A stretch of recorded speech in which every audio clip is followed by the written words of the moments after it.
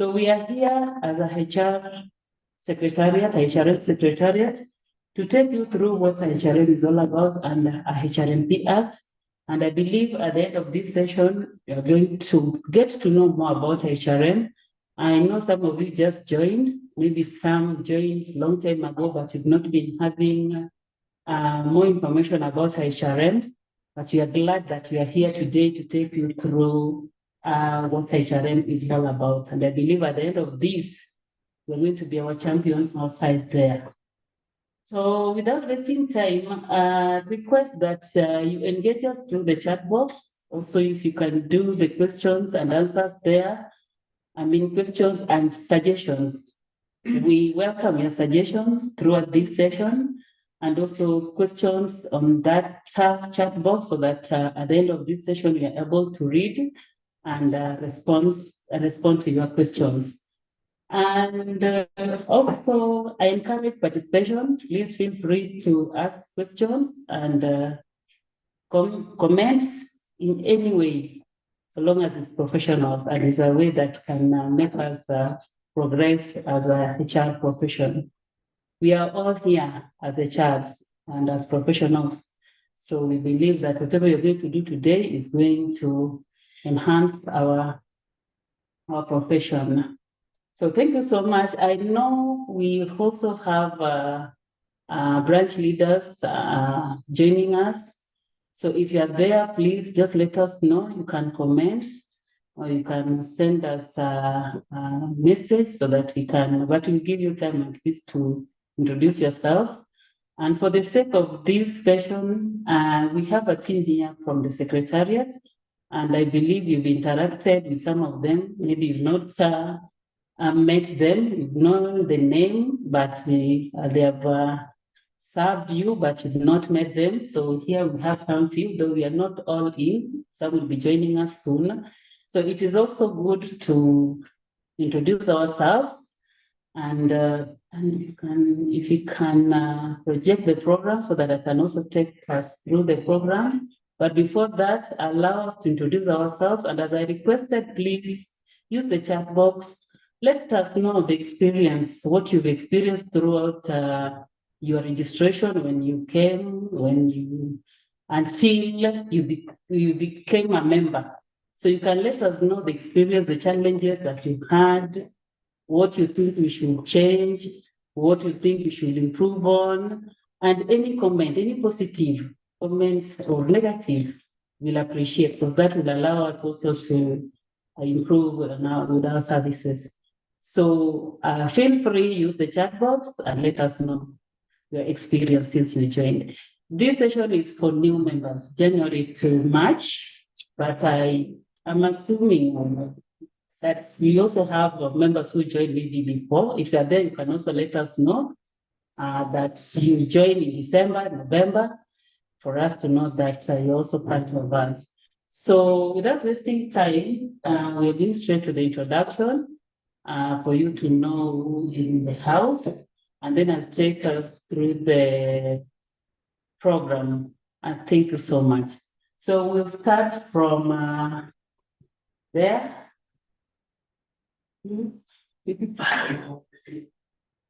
Allow me to stand so that you can be able to see me. Please. Good afternoon, everyone. My name is Eddie Musira. I work with the Institute in the legal office. Welcome. I hope we will be able to learn a lot, even in the matters of compliance this afternoon, and we get out of here better informed than when we join. Thank you. Thank you so much, Edwin. Edwin is legal assistant. Thank you so much. Good afternoon. Good afternoon. My name is Maria Amina. I'm the HR assistant. I work in the HR department, and I'm excited to be part of this session. Thank you so much. We also have HR, as you can see. Thank you. Good afternoon, members. My name is Isaac Namaya. I'm a member welfare officer. It's actually government officer. Thank you so much. Thank you. And good afternoon, members. My name is Mary Marina. I'm an operation officer at ITM, and also I do in branch operations. Thank you. Hi everyone, my name is Abby Mukwa. I work with trainings department as a trainings assistant. Thank you, Abby. Good afternoon, everyone. My name is Catherine Baraza. I'm the membership registration officer at the Institute. We are hoping that we'll have an interactive session with you. Karibu sana. Thank you so much.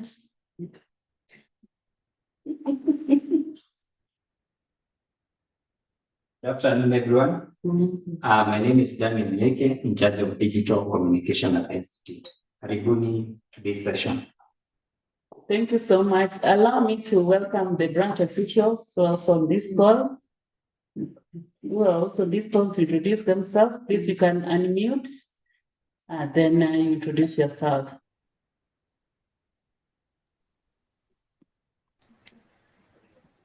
Good afternoon, everyone. Good afternoon. CHRP Zaveri Mwangi, Chairman, Nairobi Northeast Branch. Thank you. Thank you so much. Any official, branch official? You can raise your hand, then you get unmuted from our side.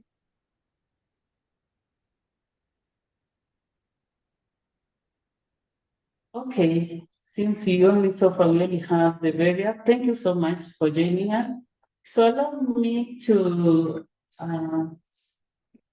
welcome, we also have the council members on board, and also the executive director of the Institute is also here. So allow me to welcome our executive director, take her to the next session. Thank you.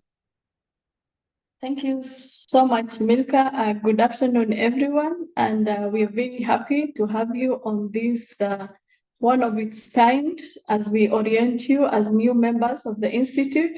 My name is Kuresha Abdullahi, the Executive Director of the Institute. On this call also, we have 3 council members who chair the different committees which you'll be oriented on today. So allow me at this point to invite Madam Amina Abdigedi to introduce herself. Good afternoon, everybody. Good afternoon. Thank you, Madam Edie, for the invite, and good afternoon, our distinguished members of the Institute.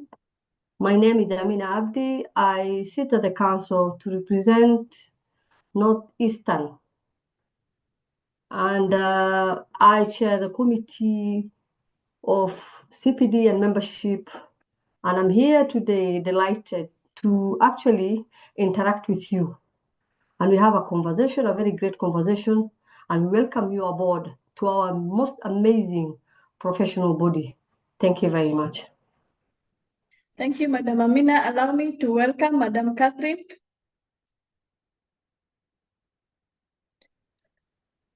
Thank you, Madam Kureta and the team and all the members. Good afternoon, good evening, good morning.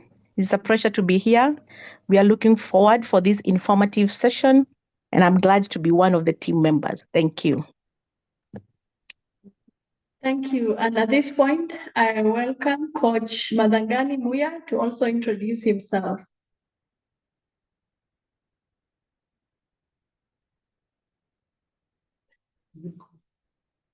Coach, you're muted. Good afternoon, everyone. And Madam Kuresha, thank you for arranging this important session.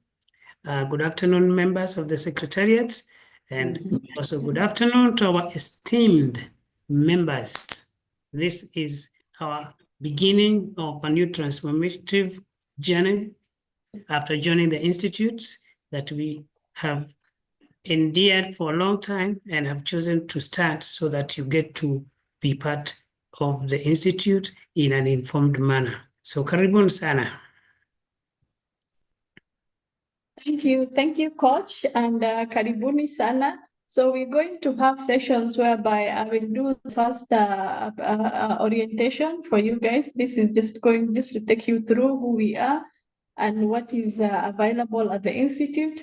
There will be more enriching presentations from the different the committee chairs we have the CPD and membership, we have the registration committee, and we also have the disciplinary committee. So as you are aware, the disciplinary committee and the registration committee are statutory committees anchored in the Act. And the CPD and membership, it was created by the council to meet the needs of the members. So I will dive into my presentation and I'll not take a lot of time. So I'll just take you through who the Institute is. So the Institute of Human Resource Management was established under Human Resource Management Professional Act number 52 of 2012. And it's a state corporation under the Ministry of Public Service and Human Capital. It's important to note that IHRM is a statutory professional body, and the act that forms us is called HRMP Act. So you will hear us refer to it more often because it's the same act that also forms the examination body, which is the HRMPEB. Thank you. So our mandate, as it is entrenched in the act, is for us to regulate the profession and also register HR professionals who meet the code of conduct of the profession. We also issue practicing certificates. It's very clear on the act that you actually cannot practice, because it's one thing to be a member of the institute, but if you want to practice HR, you must have practicing certificate. Then we also offer continued professional development programs. This is where we always asked, you regulate the profession, so why do you do CPD programs? We have to make sure that we quantify that you've not just become a member of the institute, but you can also continue learning and put the 40 hours that is required as per the standards. It's common in any profession, because if you don't practice, and there's someone who used an example sometimes back, I think it's good I will mention his name, and I saw him on one of his status. He said, ignoring continuous learning just because you have a PhD, it's like saying, I have cleaned my house yesterday, so I don't need to clean it today. So you have to make sure you continue enriching your mind, keep up with the emerging issues. The HR where it was in 2012 is not where it is today. It's not where it was in 1986. We keep on evolving. We also maintain discipline and governance in the HR profession, and this is done by the statutory committee under the Act, because we have to make sure that there is a decorum within the profession and you follow clear governance structures that set within the profession as per the code of conduct, and also you are supporting your employer or the employees as enlisted. We also promote standards of HR practice in Kenya, because there are sets of standards, and this one actually we do it in collaboration with the KEPS.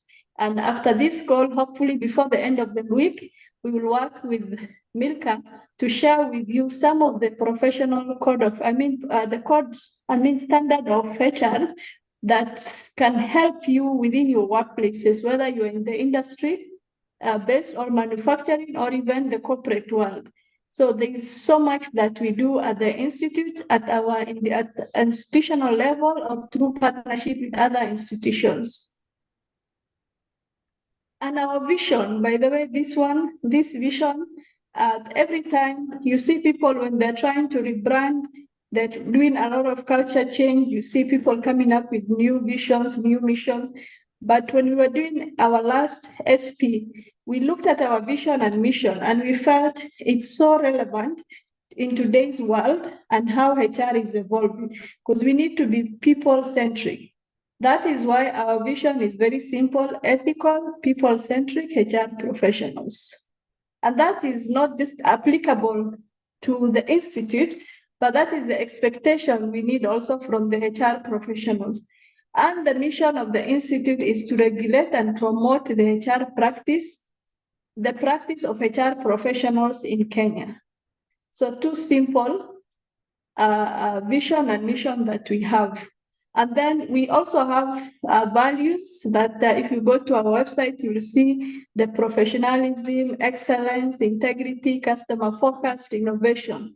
So if you look at all those things, they're very current, and that is what is happening around us. And so we have to stick with it. So what do we do as an institute? Now you're a member of the institute, most of you because you finished or you're looking for a job. So beyond that certificate, what else is the institute doing and how can you plug in? Regulation. Our mandate is to ensure HR professionals are there to the practice, competence, and the ethical standards. And we've gone beyond the mandate, and we have a code of conduct which was gazetted late 2021 that you can find a copy even in our website, which outlines what do we expect from every HR professional. Membership. We register individuals meeting the professional and ethics criteria. So at IHRM, we don't just register anyone. So we do a lot of checks, and that's why when you apply, sometimes it may not be automatic for you to get your membership, because we have to check, we do have to do the background check. Are you fit to even be a member of the institute? Because that is key for us. Then we promote interprofessional collaboration with other professional bodies. You will see us in this country work with institutions like ICS, ISPAC, KISSIN, the LSK, and beyond. We also work with the regional HR professional bodies. And also as an institute, we are also a member of the global body of the HR, whereby we subscribe to it. Because remember, there is a body of professionals globally that brings all the professional bodies together. We have a seat there, and we also contribute to emerging issues. And we also plug into their researches and all that, which many of you have participated before. Because it's also key to note that beyond the institute, we are also partners with other professional bodies, not just within the country, but also the global institutions. And that one professional body that we are members as IHRM is the African HR Confederation. So it's important to note that you can plug in and find resources beyond Kenya. You have seen us send out just surveys for you guys to contribute so that we are part of the global HR and we can contribute to what is happening globally. Publications. At IHRM, we support in publishing books, periodicals, journals, and articles on HR management. We have the IHRM magazine, which most of you have contributed to. And also we have our members who publish books. So how we come in, sometimes we can do the forward, we do the endorsement, and we support them in the research, like the information that they need to make their books to be very current, we support in that. And then there are those of you who are doing your PhDs, you're also doing masters, whereby you're required to write journals. So we provide you with information within our membership database that you can write on. We may not be able to do everything as IHRM, but by collaborating with our members and also the institutions of higher learning, that's how we achieve on the matters publications. So our services, IHRM has 3 categories of membership. There is the associate, whereby anyone who has less than 3 years can join the institute. Then we have the full membership, which is by application, and then we have the fellow. Fellow is a call from the council members, and they pick on those who have contributed to the profession exemplary. Then we also appreciate that those of you who are entrepreneurs, and that is why we have the farm membership, whereby if you have the practicing certificate and you are an entrepreneur, then you can also register your farm with us. So this year, in the last 3 months, we were able to attract 249 members as associate, full members at 50, and then we have HR firms at 12, and then we had those who are upgrading from just being a full member to practicing, which in a short while I'll give you the numbers. But we have from just out of, I know there were more than 50 who upgraded to be a practicing. And then we also attracted HR firms, which is 12. As it is, within our database, we have 340 HR firms, including the 12. Within the full member categories, there are those who have upgraded. Sometimes they upgrade from associate to full member, as I said, from practicing. So you are also welcome. Anyone who has more than 5 years experience can upgrade to be a practicing member. So how it works, once you are a member, you apply for the practicing certificate. The good thing is if you apply at the beginning of the year, yes, you may find that it attracted, what you are investing is more, but come the following year, you will only get to renew your practicing certificate. Then we host annual events, which is purely for continuous professional development. We have different events, we have congress, we have conferences on topical issues. We also have conventions targeting just women. We have another convention targeting only the men. And we just discuss issues that will be relatable to that specific group within our profession. Then we also contribute to career fairs. And this is where you will see us reach out for your support. Because remember, these students will come to the workplace. You're the one who's going to hire them or hire on behalf of another department. And it's key that they're employable. Employable meaning that beyond the classroom, what is the expectation within the workplace? And that's why you will see us call on you. And we've done this around this country. As recent as last week, we were with the Kisii, whereby universities from Nyanza have converged to discuss different issues.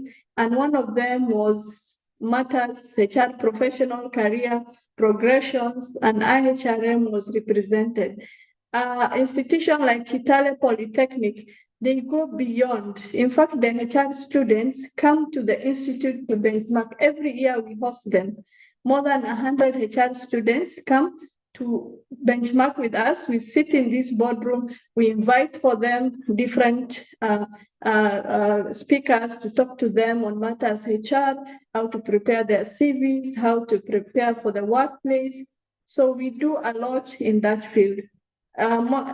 Later this year, Eldoret University is going to host an international HR conference, which IHRM will be one of the participants. And there'll be a lot of papers on emerging issues of HR will be discussed, and we welcome you to also take part in that.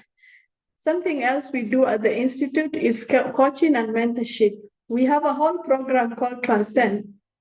And this program, our aim is, if you've seen the last 2 years, for those of you, even if you are new to the Institute, you have seen the profiles of the HR professionals going up.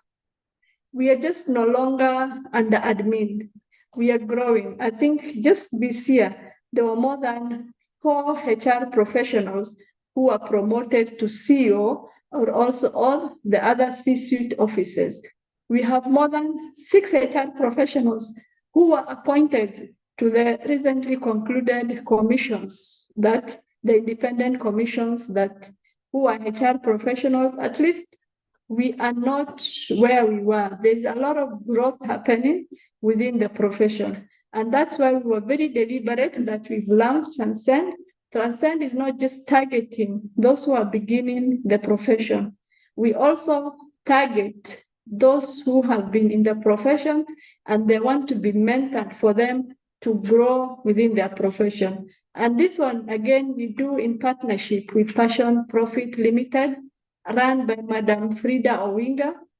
She worked with us to design this program. And if you want to know how successful something is, we've had 2 cohorts successfully. We've reached more than 400 mentees. And this year, when we opened the mentees call, the response was overwhelming. And we are considering to even reopen because we have hundreds of you who want to participate. And we are looking into that because it depends on, because we've just onboarded less than 50 mentors. And we are very deliberate because we want this program to have more impact. And it's very structured. This year, what we did different, we've had master classes for the mentors so that they are ready. They understand once you're given a mentee, how do you deal with them? So we've taken them through a lot of 4 sessions organized by experts. So, and we're going to give them certificates because remember, this is the time they're volunteering. So we have trained them as mentors using a well-developed curriculum. And I just want you to see that so that it's not just a mentorship just out of it. So it's based on a 4P matrix. So the first session will focus on personal branding. So you'll have conversation between your mentors and the mentees. And then every month we will have a master class. The focus will be on personal brand. So we'll have someone who will speak to those who have been mentored. And then we have the other P is productivity. So now that you have looked into your personal brand, it's time to enhance your time management and task efficiency. This is for you as an individual and also for your organizations. Then profitable partnership. So how do you leverage on your networks for career growth? And then, because we don't want this to be dropped, and we have seen those who have gone through this program, the success stories they share is amazing, whether it's a promotion within their workplace or for some to feel, I don't think I should be within the employment space and I should just go and become an employer myself. So the stories from one cohort to the next was very, very empowering. And that is why we've said, let's do a more structured cohort 3, which we have achieved. And then what's next? It's for posterity. So when you learn something, you have to sustain. And sustainability is key in leadership and succession planning. Because it's not, I'm sure you've seen that some people, you say, I don't know what happened to so and so. He used to be like this. Maybe they have not figured out. And everyone, whether you are the beginning of your career or you're a $1 billion company leader, you must have a coach or a mentor, someone you can check on. So for us, Transcend is a brand that we intend to continue. We intend to grow, plug in when we open the next cohort. And also remember, as a profession, I've talked about the code of conduct. There is another document that we really want to make sure that we gazette it very soon, and that is the complaint handling mechanism. And I know Pochmuya is going to speak about it so that you're aware what is a professional misconduct and what is an employee relation. Because the cases we see most of the time, people, it's something that can be solved within the organization, or it's something that is not professional misconduct. So we always weigh in, and when you see us give feedback, it's based on we have analyzed the situation. And through our initiatives, we may not make a lot of noise about it. How it works is we, at the secretarial level, myself and the legal team, we first of all do the first approach when we receive a complaint.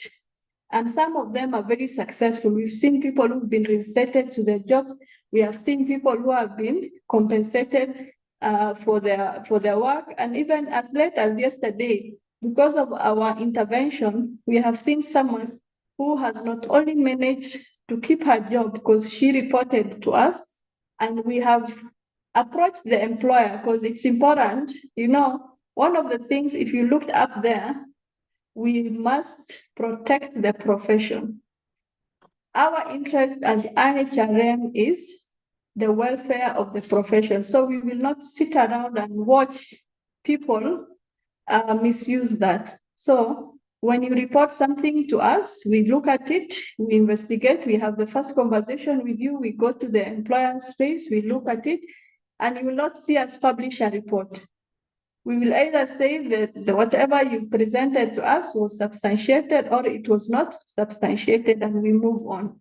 So karibuni to IHRM, karibuni to this profession. It's beyond that one certificate. Look out, follow us on our website, look out, join the WhatsApp groups. We have branches, the leadership are represented here.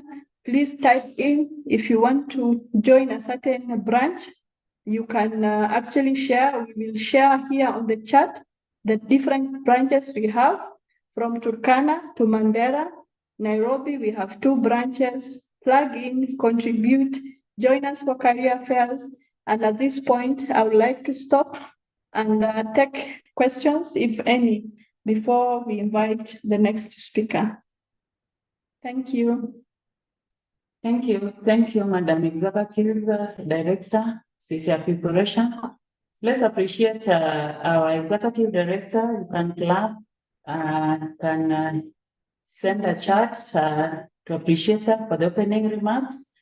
Madam, if you can allow us to have questions and answers at the end, so that we can allow others to present, then we'll do Q&A. As I requested, kindly use the chat box to send your questions and your thoughts also, we appreciate. So before we welcome the next speaker, I have a question, because I have a gift for you. So the first one to get this will get something from the Institute. So I'll give you like 1 minute to respond. I believe we all listened to Madam Iji when she was representing, and we are ready to answer these questions. So 1, 2, 3, go. IHRM was established under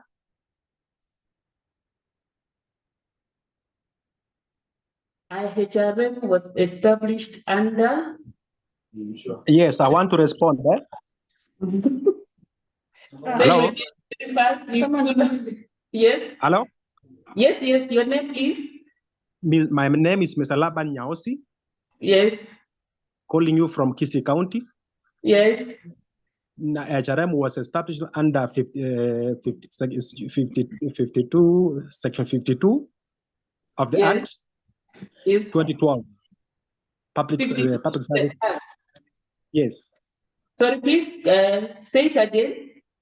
I've said it was established under Section Article 52 of 2012 of Public Service and the Human Capital. Okay. Okay. Can I? Yes. Your name? My name is Betty. Yes. He has just missed a small detail. So it was established under Human Resource Management Professional Act number 52 of 2012. Okay, thank you. You're calling from? You're joining us from? From Central or Kiambu. Okay, thank you so much, Betty. Thank you so much. You won yourself a IHRM notebook.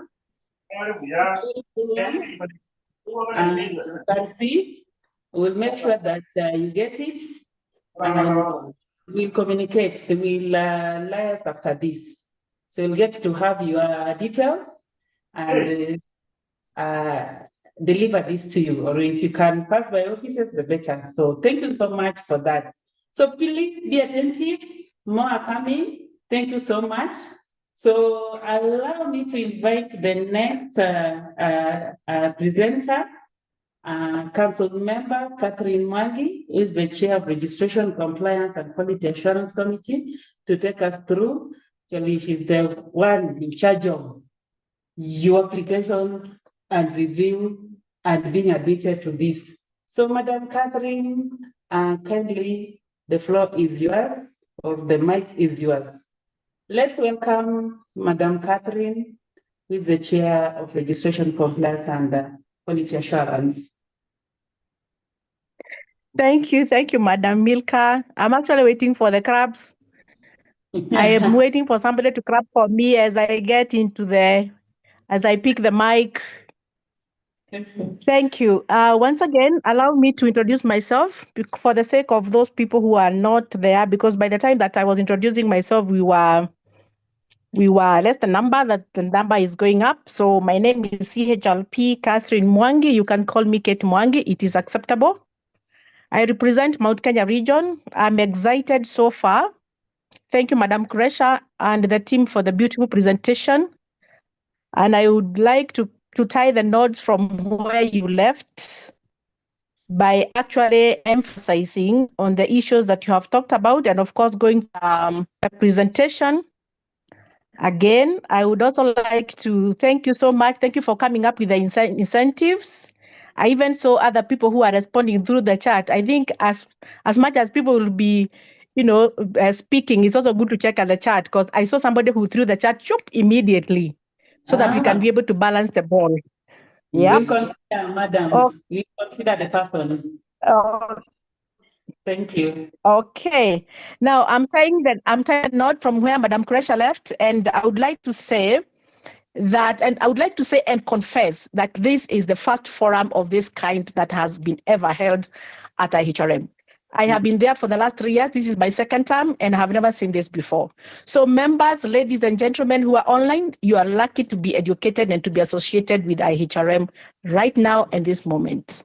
So once again, I want to take the opportunity to thank you so sincerely. I know it's a Wednesday, it's a busy day, it's a working day, and you decided to log in so that you can be able to be educated. It also feels nice. It's a prestigious thing for anybody to be associated with a professional body.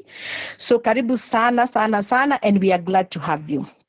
Now, I want to start my first slide by emphasizing actually the first question that was asked.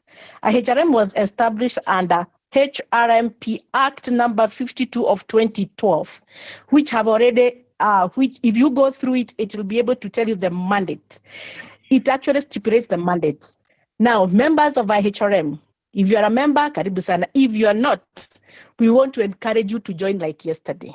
Now, my first arrow that I'm going to throw to all of us is if you have never interacted or familiarized yourself with the HRMP Act number 52 of 2012, this is the time. It is important for us as professionals to equip ourselves and, let everything that is within our act be in our fingertips. Remember that we are also meeting with new professionals who are coming up. So when we are not equipped, we are not sure what to tell them. But if we are equipped, we gain the confidence of even talking greater things about the IHRM and the profession at large. So IHRM is responsible for regulating through registration of HR professionals, issuing of PCs and governance, as Madam Kresha have said. Now, this committee that I chair, it is actually that checks and that goes across all the credentials that you sent. We go through them, we analyze them, we allow you to be members, and others are rejected for various reasons. At this point in time, I want to believe that if you have ever put your application across and it has been rejected, you have already been given reasons. And I want to believe if you have not, kindly follow up with the institution so that you can be able to be explained what happened. We don't want to lose anybody along the line, because we can advise you on the way forward so that you can also become a member of IHRM. Madam Kresha talks about the code and ethics of HR professionals. Members, it is important to understand the code and ethics. You can be able to log in and get this particular copy in our website.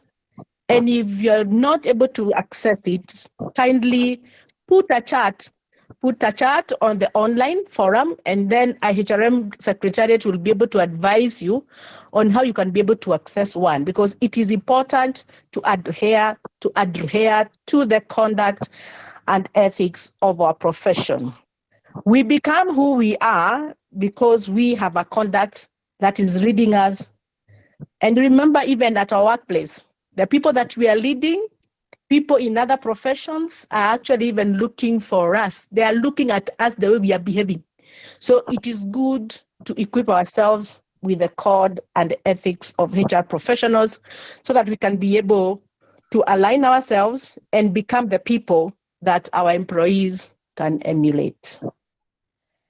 Now, the HRMP Act, number 52 of 2012, section 18, what does it say? It says that section 1 established a registration committee and its functions are as follows. So when you get in touch, or when you can log into the Act and you go to section 18 and subsection 1, you'll be able to see the functions of the registration committee, and allow me to lead them very quickly. Number 1, it tells us how received applications for registration and grant practicing services, or practicing certificates or licenses. Now, for these people, for us who have been practicing for a long time, one of the challenges that we are going through as the institute is, for us members, we practice for a long time. We are holding positions of HR managers and above, including directors, but we are not registering ourselves to get our PCs or full membership. You find that you actually, from the time of entry as an associate, you are stuck there, but career-wise, you have grown. So members, I am encouraging you this afternoon that if you are entry point, if you're working as a HR person, as a HR manager, HR director, and your membership is at associate, kindly uplift our profession. Allow yourself to belong where you belong, because you cannot be an associate and yet the title is reading a director. The same function, it prescribes regulations to govern quality assurance programs. What does that mean? It means every single program, including the webinars and conferences and the trainings that a HRM conducts, they are actually verified and governed by the Act, so that the quality that is given to the members is up to date. Again, where appropriate, recommend to the council that members' conduct can be being referred for inquiry. As much as we align ourselves as per the code of ethics, the profession will be aligned, whether from public service, whether from a consultancy point of view, whether from a private sector. If we are governed by section 18 and verse 1 and subsection 1, then it means that we are going to become the people that our employers are looking upon. Perform any other functions connected therewith or incidental. So kindly go through section 18 and subsection 1 so that you can be able to equip yourself with the registration committee's function. So if there'll be any question when you are applying or you are advising anybody or including your juniors, at least you have the knowledge. I want to talk about the committee. The committee of registration consists of the following. A, the chairperson, who is appointed by the council, and the duration is 1 year. Previously, it used to be 3 years. Now it is 1 year. Then there is one person who is nominated by FKE. Remember, all these people are HR professionals. Point number C, one person nominated by the examination body, that is HRMPEB. Then we have another person who is nominated by Kenya National Examination Council, NEC. And then, of course, a representative from the Attorney General's, which is designated by him in writing. Those are the people who are in the committee. So if you have any question in regard with the registration committee, you can reach out on the chairperson through secretariat. If you have any question that is regarding Federation of Kenya, still you can reach out through IHRM and your question can be referred and etc. Let's look at slide number 3 that is talking about HRMP Act Section 3. What does it say? It prescribes the functions of the registration committee as follows. Madam Kresha mentioned about that this particular committee receives application for registration and then it grants you what you want. Number 1, practicing license, upgrading of your from associate to full membership, HR firms and the like. I'll be able to touch that one in a few. The same section also, it monitors compliance with professional quality assurance and other standards. Ladies and gentlemen and members of IHRM, it is paramount for us to be compliant under whatever circumstance. It is very sad when we are looking for greener pastures, and especially from the ministry, because I know this one is mandatory, even from private sector of late. And we have not renewed our subscription. For example, now we are in April 2025, and all of a sudden a position just comes, and they say it is mandatory for you to belong to a professional body for you to qualify for that particular position, and yet you don't have it. So we have encountered many challenges when our members are rushing the last minute, and because we are HR professionals and we are organized. It is important and paramount for us to start organizing our papers from January all the way through, meaning that the first quarter of the year, you have put your papers and you have positioned yourself properly in case of anything comes along your way. So when positions arise and we don't have papers together, we don't have a membership, and we are running the last minute, it shows, an aspect of being disorganized. So I'm encouraging each one of us as HR professionals, managers, directors, assistants, new members who are coming in, and even our young professionals, let's be organized, because being organized will actually be able to reflect good workmanship at your workplace, even in your own personal life, and even in your own career. So if we have not been able to subscribe for the year 2025 and you are listening to me, I urge you kindly subscribe so that we can all be reading from one script. I am in point number 3 that is saying that where appropriate and based on the results of a quality assurance, investigations recommend to the council that a member's conduct within this forum, I'm sure there will be somebody who will be talking about the disciplinary issue. So I would appreciate if you can be able to jump that one. But all what we are saying is that when it comes to the issues of your credentials and there are issues that are not right, we hold this matter with a lot of confidentiality. Secretary will be able to reach out on that particular individual and then explain, and if there was a mishap or a confusion along the way, all these things will be done professionally. This particular section will also be able to advise the council on matters pertaining to professional and other standards necessary to achieve the quality. So if there are any changes probably in the government and all that, this particular committee in terms of registration and enhancing that quality delivery has been done, this particular committee will be able to advise on the same. And of course, any other duties as per the need. Let's look at section 25 and subsection 1 of the HRMP Act. It provides that the secretary to the registration committee shall maintain a register. What is this register that we are talking about? The names of persons who have registered under the HRMP Act, the names of all persons issued with the practicing license, particulars of the cancellation of the registration of any person, as I had mentioned earlier. All these details, such are the details as the council may direct as far as the registration is concerned, it is well administered by this section.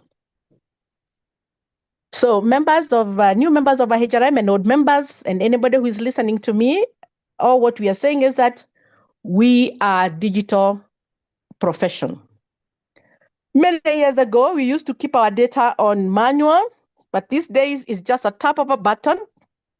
If somebody calls and say, I want to know the name of a person registered under this act, the names of all people who have PCs within this country, it's just a press of a button, and then you'll be able to say, these are the firms and these are the individuals who have the PCs. So we are also very careful when it comes to the Data Protection Act. So we are not releasing your information carelessly. We are handling them with a lot of care. So as a concern, please know that your document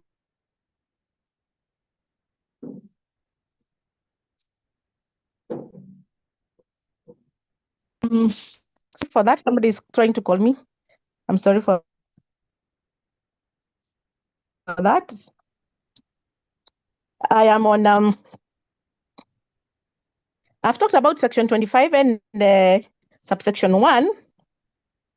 Allow me now to talk about section 4 and subsection 1 of HRMP Acts, which describes different membership categories. And Madam Kresha mentioned about them. She mentioned about fellow. About a month and a half ago, there was an advert that was aired by HRM looking for fellows. I am sure if you are not a new member, you must have applied. It is prestigious to be associated as in the fellowship context. Members, as the full member, association, honorary fellowship, and awards. If you have been following the process and the activities of HRM, you can remember last year, our PS, our former PS, now who was now transferred to HOPES, was actually awarded an honorary fellowship award. This contains your tracking. It's not just a fellowship, honorary fellowship award that is being awarded to you. It is the contribution that you have made in the profession that actually can be tracked, that can be felt, that can be seen. So ladies and gentlemen, members, new members of HRM and old members, we are encouraging all of us to ensure that wherever you step, you leave a footprint or a fingerprint so that it can be tracked back and somebody can stand on your behalf even when you are not there. And this person will say, I know Josephine did that. I know Douglas did this. I know Karen did this. And I can attest to it. She's a professional and she deserves this award. However, it is also good to take the opportunity when these positions, like now the one that appeared a month ago on fellows, it is also good to take a step. It also gives us an opportunity so that we can be able to know where we are. You know, you can be able to tell positionally, where am I? Am I able to do this? Once you go through the criteria that was given and you are able to complete it, then you can tell yourself, nimeiva. If you have not been able to fill the fields that were, given in the criteria of becoming a fellow, then you will be able to evaluate yourself and say, I have a gap. And how can I be able to address this gap? Does this gap need me to go back to class, or do I need to, start documenting? Personally, it taught me a lot. I used to do things and, out of the blue, I feel like, okay, I have achieved, and then I go. But this particular criteria and the activity taught me to document. Remember ISO, it says, if it is not documented, it is not done. So ladies and gentlemen, wherever you go, whether it is career fair, whether it is motivational speaking that is related to HR profession, kindly document, take a picture, because you will need those documents as you move on with your career. Very well. Registration of HR firms. If you're a consultant, if you are practicing, if you have a consultancy company, I am speaking to somebody, probably maybe you want to pull out from your former employment and become a consultant. This is your slide. You need, first of all, to register your company with BRS so that you can be able to acquire a company CL12. Then you need to provide a lease or a copy of the title deed, meaning if you are practicing, where are you? Do you have a lease where you are practicing your consultancy? Number 3, you have to provide registration or incorporation certificate. That is from the BRS. Then you need the PIN or VAT, either one or both, because when you are registering, all this information will be required to show and to prove that your company is legit. Then memorandum and articles of association or constitution where applicable. Sometimes when people are forming companies, if that company is has one director, then you will be able to give some, if you have got more than one director, you'll be able to provide a constitution because there were minutes that were discussed and all that and the like. It is a requirement. The firm has at least one partner or principal shareholder who is registered. Now, once you are registering this company as a HR, as a consultant, remember that the principal individual, who is you, have to be a HR professional. And it is also not just being a HR professional, but somebody who have a PC. I want to encourage each one of us to start it early. We were having a discussion when we were having the women in HR, and some of the things that came out is the side hustle. So how are you managing yourself with what you're doing, and how are you building yourself so that at any given time you may decide to leave your office or to leave your former employment? What is this? What is the fallback? So for that reason, it is good to start analyzing your talent. What is it that you can be able to do best? Because the bottom line is we all want to become financial independent. So those are the requirements. And I'm also going now, the next slide, I'm going to talk about how many HR firms that are registered with the HRM. But I'm going to start with number 1, associate members. Members of our HRM, as we are speaking this afternoon, as I'm speaking to you this afternoon, you can imagine the numbers that we have, 11,641. These are associate members. And as I was starting, I was saying, majority of us, we are stuck from the entry point.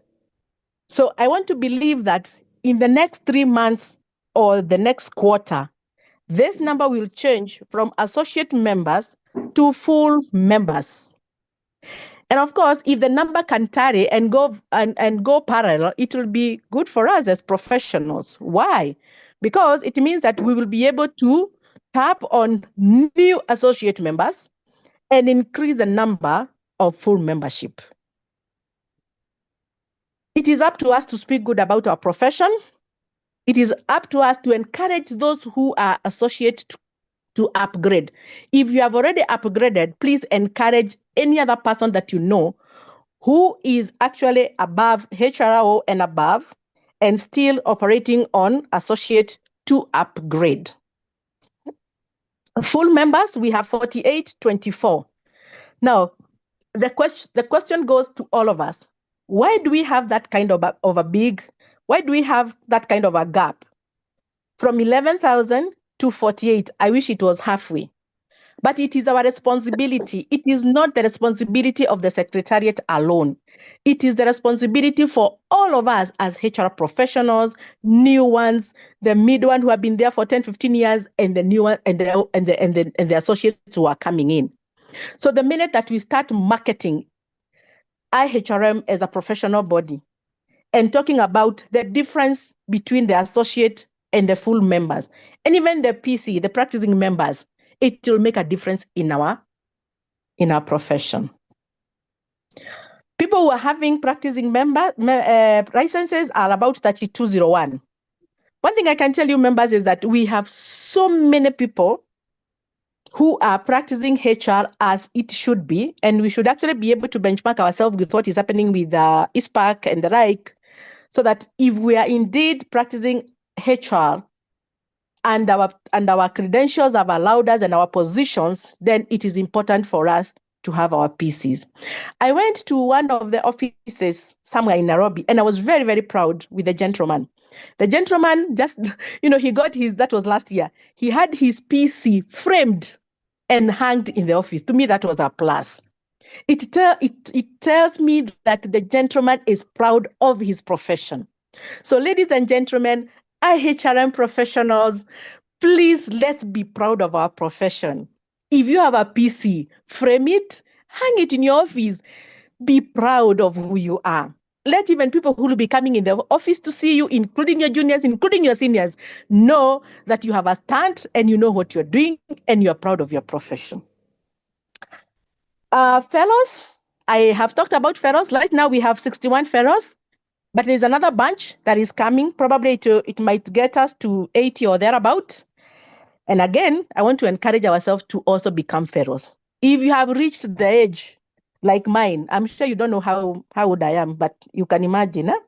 So if you have practiced for over 15 years, you are entitled to become a fellow. So position yourself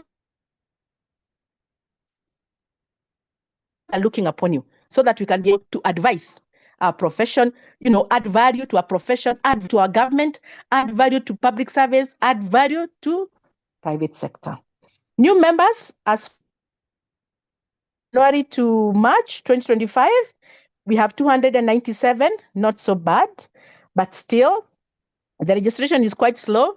It's simply because we are not talking about it. We are not encouraging them. Please, let's encourage them. Let's continue. Let's keep the ball rolling.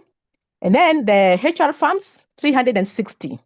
Again, HR firms, there are so many people who have registered as consultants and they have their firms, but they are not registering with IHRM. So if you know anybody who is out there, please tell them there's a lot that they can gain from IHRM, the association, the networking, the prestigious moment and all that. So we need them to come so that we cannot be able to move with one boat. So ladies and gentlemen, let's look at the offenses by persons not eligible to be registered. If you look at our HRMP Act, Section 40 and subsection 2, it actually stipulates, it says very well, a person who not been eligible to be registered under this act practices for gain as a human resource professional commits an offense and shall be eligible and shall be reliable on conviction. You see, it is good to note that it is good to know that when we are not doing the right thing, it's an offense and it is under the act. You can see there is also a fine. And because we are here today and we are listening to this conversation and we have been given an opportunity to listen to be in this forum, it is important for us to do the right thing.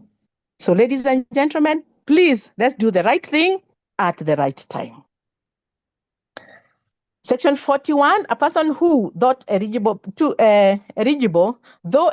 be registered or licensed under this act, is not so registered or licensed, but practices as such commits an offense, and shall be the same thing. Again, fine not exceeding 200,000. Once again, I urge all of us, I plead with all of us, let's do the right thing at the right time. Let's be compliant. Let's ascribe. Let's talk about it to the others so that they are not going to find themselves in this act, in this section 41 of offenses of persons eligible to be registered. Ladies and gentlemen, I'm sure you must have dropped so many questions so that the Secretariat will be able to answer them. I will also be there to answer them. And once again, I take this opportunity to thank you most sincerely. Madam Kuresha and the team of Secretariat, thank you for thinking about this. I wish I listened to this kind of a forum when I was an associate. So it's an opportunity for all of us who are in this forum, and I'm sure we are about 97.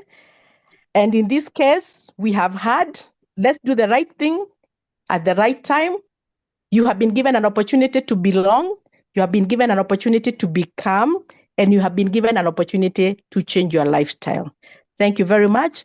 I give back the mic to Madam Milka. Thank you. Thank you so much, Council Member Catherine. Thank you for the presentation. Members, I believe you're following and you've learned a lot from Madam Catherine's presentation. She's the chair of the registration committee. That's the committee that registered registered you to this profession. So it's a very important committee to the Institute. So thank you so much. And as usual, there's one question from that. Then we'll invite the next speaker to do the presentation. So Madam Catherine presented, but there's one thing that we all need to be aware of, and I wanted to know whether you guys listened to this. The offenses, if you're a member, if you are a HR professional, but you're not a member, but practicing HR, what are the offenses? If you had that well, you are a member, you are a HR professional, but you are not a member of the institute, or you are practicing HR roles, yet you're not a HR professional. What are the offenses?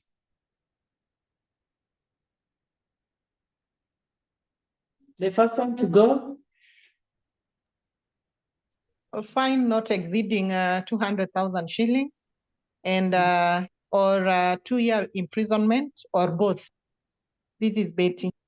Well done. You are them? Betty Nganga. Betty, Betty you are Nganga.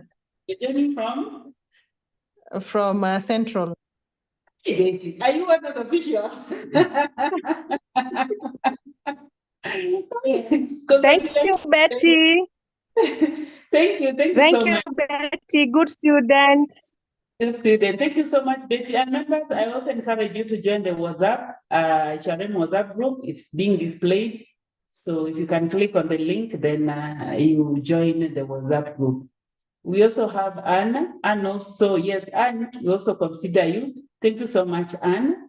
Let us know where, okay, we'll reach you out. If you can share your membership number, because with only 2 names, you might get so many Annes in our system. So you can share with us your membership number and the contact. Maybe you can inbox directly. So thank you so much. So allow us to go to the next presentation, and that's from the CPD and membership committee. Allow me to welcome Madam Amina, the chairperson, to take us through the presentation. So let's welcome Madam Amina. You can clap, you can write something. Welcome the chair. Thank you. Thank you very much. Thank you very much, Milka, and good afternoon once again to the Secretariat team and Madam ED, good afternoon. And members, distinguished members, welcome to this CPD and Membership Committee. CPD refers to Continuous Professional Development. And Membership Committee, I chair this particular committee, and as I refer to the presentation done by the ED, that the historics behind this particular committee and how it was formed. It was created by the council to meet the needs of the members. And here we are today, particularly me, with this particular committee to meet your needs and objectives as far as the profession is concerned. And to meet our institute mandate, this is actually the glucose of all the subsections of the other committees. So CPD and membership committee is the glucose injected to all other committees that are in existence at the Institute of Human Resource. Then let's go to the introduction and see about this particular, the speciality about this committee. And the aim of this particular committee is to foster member engagement and professional growth. That's it. When we said, I think the historics are there, that the Institute sat down and saw that now what do we need to do for our members to grow in the profession? What do we need to do? You have a degree, yes. You have your certificates aligned, yes. You are a HRO, yes. you gotten an employment from an organization, yes. Then what next? Because what we all know that all professions have a professionality objective. We have a vision statement as far as our professions are concerned, what we need to attain in 10 years, what we need to attain in 20 years, and what do? We need to continuously upgrade, to continuously upskill, to continuously upgrade our skills, to actually fit into that vision. What do we need to do? And this is particularly, in a layman's, we call it trainings. So the composition of the committee, this particular committee is composed of 3 members of the Institute of Human Resource. There are 3 members, there is a chair and 2 other members from different other committees which represent this particular committee. And let's go to the objectives of this particular committee. It is actually to enhance member engagement and satisfaction by developing and implementing strategies to attract, retain, and support members, ensuring their needs and interests are met while promoting the overall growth and sustainability of the Institute. Yeah, we are actually using one thing to enhance this particular member, reach his or her objective. And again, meeting the Institute mandate. Objective number 2 for this particular committee is to ensure that members continually enhance their professional knowledge and skills by developing and overseeing a comprehensive CPD program. Our CPD programs are comprehensive and they are tailor-made and they are the current trend. We are actually on a trend objective, feedback objective, developed calendars as to meet your objective as far as development is concerned.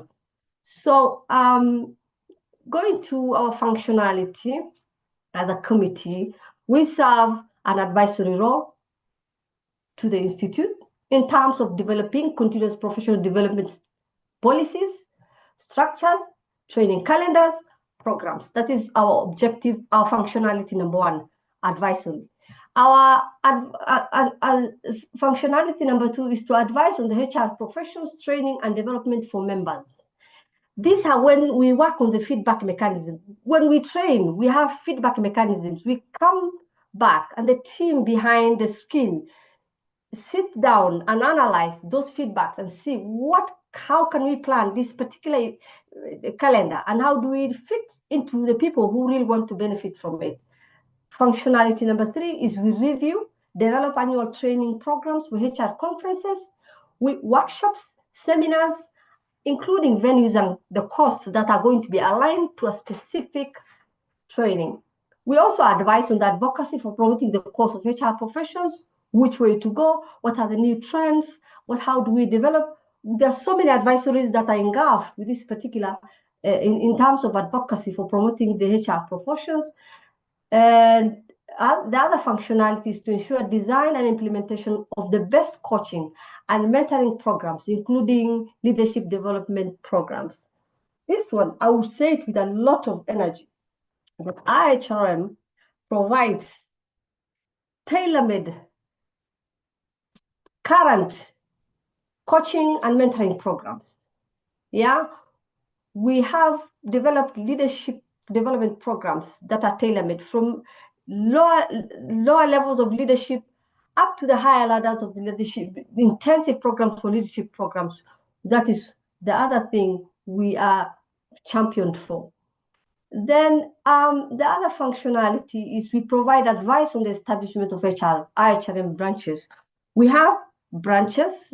The reason as to why we have these branches, we decided to bring the profession and the Institute closer to our members. We are the only one in all the professions and all the bodies that have, all other professions that have bodies. We are the only profession and body that brings its services near to the members. Whether you go to Mandera, whether you go far to Turkana, or you are in Mount Kenya, you will be able to access us. We have teams that are representing us all across Kenya. The other functionality is we review and approve awards of CPD and HR professions and also farms. IHRM governance regions and branches. So if we go into the governance regions, IHRM, the Institute has 4 established regions, and they are further subdivided into branches. And these branches exist to develop strategies, priorities, and action plans to lobby for increased recognition and value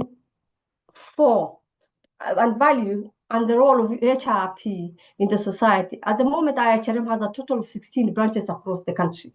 When we tell you we are near you, we are not far. We are not only around the headquarters in Nairobi, we are everywhere in the country, then you need to agree to that. And the other area of this particular committee is, where are we? And how are we actually divided? When we talk about these regions and branches, what are they? And I think I need to shed light to these new members as far as our regions and branches are concerned. We have 4 regions, as we said. Region A is Nairobi /Central /Northeastern region. Under this, we have Nairobi South, we have Nairobi South, we have Nairobi North, we have Nairobi South, we have Northeastern Kenya, we have Mount Kenya North, we have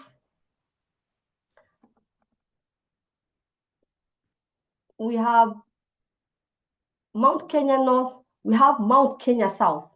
Then if we go to coast, which that is section B, we have Coast and Eastern Branch, which is under Coast and Eastern Region. Then if we go to C, that is region 3, Nyanza and Western Region, we have branches as Nyanza, we have Western and Transonia. Those are 3 branches in Nyanza Western Region. Then if we go to Rift Valley region, it has 5 branches: North Rift, South Rift, Central Rift, Turkana, and Transwest. That is for the regions and the branches. Okay, on the membership renewal, I think all the info can be accessed. We've got very high-tech ICT parameters on our portal. We can access our invoices. We can access our membership renewal. Even if you are new, how do you register with us as a new HR professional? How do you upgrade yourself? We've got information. We give a lot of information as far as membership renewal is concerned, upgrading is concerned, and how do we go about it? When we're going for the renewal, I'll just read to the new member. You log into your portal to access your invoice, click on the Pay Now. Then that is, you will be directed to M-Pesa Flow. It's easy. It's a one touch from home, from anywhere you are. You fill into your details, click Pay Now and make the payment, then download your certificate. No micromanagement, no hurdle, no hassle. Pay, update yourself, upgrade yourself. Why are we having these easy, stress-free processes to access your membership? Is because there's the HR professionals, we are last-minute people. Sometimes you hear somebody gets a new job, and then he or she is not updated as far as the membership renewal is concerned.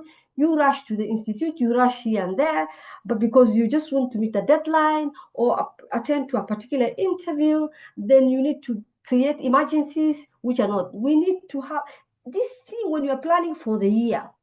You just need to plan for your membership, because this is a career. This is your lifetime career and you're building on it. We need to start with the year, plan it.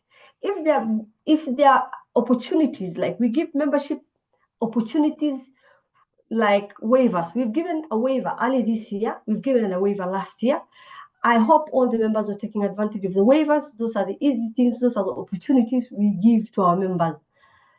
Then if we've got other means to actually renew your membership or register as a new member, we've got a bank account name. which is written with the Institute of Human Resource, which is an ABSA bank at Harambee Avenue. The bank details are there with the sort code. And then we've got also the other option at Kipande House, which is the other branch, which is at Kipande House. So you can also access all this from our portal. The information is vivid in our portal. What happens now when we want to upgrade from associate to full membership? Yeah, the steps are just 6, nothing much, nothing to hurdle. Renew your associate membership, log into the portal. It's just in the portal, a click and go. Under your membership and billing, click on the request for upgrade, then follow the prompts. You just follow the steps. What have you added into how have you upgraded yourself? Do you have any documentation? Do you have any certificates you've currently pursued? Some kind of training, so some kind of education. Then you need to pay just 500 shillings, then submit the application. Communication will be sent in 2 weeks. That is very swift. Because why in 2 weeks? Because we need to also check the documentation. How are you upgrading? Is it in line to you earning the full membership? It's just not, we are not giving everybody to move from associate to full membership. It's a milestones of achievement, and we need to assemble. How are you convincing us to actually move from this particular docket to earning the full membership? Then, what are the qualifications for the full from the peer for the practicing certificate, or rather, I call it sometimes practicing license? Then they are just few steps, and the qualification for a practice certificate is one: you have an undergrad, a degree certificate in any discipline. Then we have the copies of professional certificate, HRM, postgraduate diploma, CHRP, HR, MSc, HR, MBA, HR, MBA Strategic Management, MBA Organization Development, / Complete International Diploma, which is a HR, HRMP, Senior Professional in Human Resource International, HRMDP, Professional in HR Information, and PhD in HR. The certificates must be certified by either the institution or an advocate by High Court. And this is where we go wrong. When you're told to certify your documentation, when you want to get the practicing license, certify it with either the institution or an advocate. Most easy is an advocate of High Court. Certify your documents, the right document, then actually apply for this when you want to get the practicing certificate. Application fee is just 1,000 shillings. The current membership certificate is a mandatory to attach so that you can upgrade to get the PL. Then the curriculum vitae, your updated curriculum vitae, your updated curriculum vitae. What I mean with your updated curriculum vitae, your certificates and your upgrade must match your curriculum vitae. Because if you give me a certificate of probably not updated for the last 5 years, and yes, you have a certificate, a recent certificate that you've earned an MBA, surely how do we match the two? You need to be updated, upgraded, as long as you want to also upgrade to having a practicing license. Then a recommendation letter from the current employer or the former employer. Then how do we apply for the PC? You ensure you have a full member who has a valid certificate for the current year. You must ensure that you're a full member who has a valid certificate for the current year.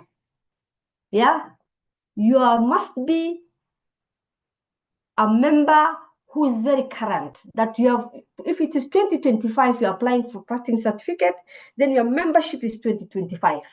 You are updated for that year. Then number 2 is you download the practicing certificate application form from the website. Here again, we are a digital organization. Things are tap and we go. There is no hurdle. There is no problems. Then fill in and share together with the necessary documentation to this particular address, membership@ihrm.or.ke. Many people, this is where many people go wrong. They don't know which particular address to actually send this documentation when you're getting a practicing. And that's why we receive many calls and my practicing license is stuck. But looking into the background, you have not applied it to the right address. So I'm going to actually insist on this particular site, membership@ihrm.or.ke, or else we have a very tough team, the secretariat team, who is always there to help, and they help a lot of times. Number 4, you will receive a communication within a week. Soonest everything is done, There's no hurdle. You receive your prompt communication, and then the processes will begin. Okay, the CPD points and membership. If we go there, the Human Resource Management Profession Registration and Training Regulations 2015 actually stipulates that you must have to attain 10 CPD points to be in good standing. You have to have 10 CPD. That is why we continuously upgrade ourselves and go for trainings so that we can earn 10, apart from gaining skills. Then you earn these 10 CPD points to be in good standing. So that tomorrow, when you get a very important when you get an important position or you get a very impressive position, you can quickly assemble your document and apply for the position. And you're in good standing. The employer will not even be asking, which profession do you belong to? Where is your membership certificate? Why are you not upgraded? Do you have the 10 CPD points? Are you in good standing? Those are the things you need to actually order and make yourself current to what your objectives of, as far as your objectives in attaining your career is concerned. Number 2 is, apart from attending the trainings, you can also train. Let's get this clear. You can also train, do presentations, and write articles to get CPD points. And thank you very much to the team sitting behind this screen with the leadership of the ED. Imagine when we mourn and yawn that we are using the HRM trainings are very expensive. We cannot afford as members of the institute of the profession. What do we need to do? This is a great window. This is an opportunity you are given. You can attend trainings. We've got lots of webinar trainings, especially as even region-based. We have region-based trainings, which are webinar, which are free. Northeastern has, Southeast has, Mount Kenya has, Coast has, Nairobi has. So we don't have barriers. If Northeastern has a webinar training, you can just swap and join the Northeastern team, and you learn and you get the skills. We have no barriers. It's an open thing to all the professions. Then when we mourn and say these trainings are expensive, why can't you do presentations? Why can't we write articles? IHRM gives the opportunity to write articles every year. I think we've just had the deadline for articles to be written, and they've been awarding people for these particular articles. They've been awarding good, amazing things to these people who are writing the articles. The other part is CPD policy on the IHRM website. Please go to the website and read the CPD points, read the CPD policy in depth. How do you earn the points? What can you do, and how do you even go about those presentations and the articles to get your CPD points? Even in the trainings, which you say are costly, we have never refused the members to talk to the institute so that they can do an arrangement on how they can alleviate some of the things. Thank you very much. And as far as our events and calendars are concerned, we have very amazing calendar. We have amazing programs coming. And I love this. And I really like this. We have the HR of strategizing, navigating boardroom dynamics. Very important. For the people who are interested in becoming board members, you need these particular skills to equip yourselves. You need to understand the boardroom dynamics and how do you go about. You cannot just land in a board and you don't even know the dynamics and the modalities of working in a boardroom. We have the transformative HR through artificial intelligence. How prepared are you? AI is here. It is not a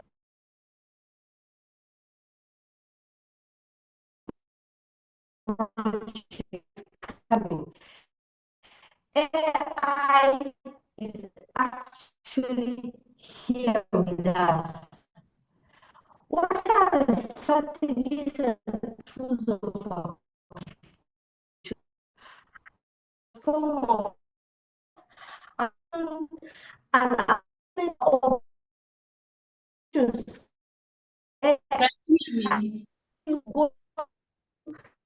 Traditional.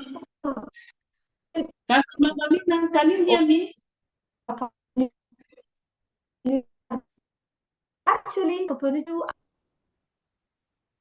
Thank you, Council Member Mina. Actually, that was your last slide. You were breaking. We could not hear you. The last slide. We lost you. Okay, Oh, you. can you hear me now? Yes, we can hear you now. Okay, please go. Oh, sorry. I think it was hacked a little bit, and being in the border, so I was expecting that. So, Milka, are you with me at the upcoming events? Yes, at the upcoming event, yes. Okay, I am actually at number 3 on the second County Public Service Board and County Assembly Public Service Board Summit, which is going to happen on 21st to 25th of April 2025 in Mombasa. Where are the county people? This is actually made for the County Public Service Board and Assemblies. We've never had such a program. I've never seen such a program from any other place. This is a special one, and I think the county people need to take advantage of this. The other upcoming event we have is navigating workplace conflicts, the strategies on how to manage workplace conflicts, which is going to happen 30th April. And this is going to be an online training. The other event we have, which is upcoming, is HR strategies for balancing sustainable productivity initiatives and employee well-being. Are you seeing sustainable productivity initiative vis-a-vis employee well-being? That combo is a very interesting combo. It's a very interesting combo, and this is going to happen between 9th May, from 5th May to 9th May in Naivasha. Naivasha is a good place for the trainings. And we have the other upcoming event, which is Certified HR Auditor. This one I am going myself, which is a very important thing. It's good. We are becoming auditors. It's not the normal HR. Apart for writing short courses and appointment letters, now we are auditing our own work. We don't want accountants to come and audit what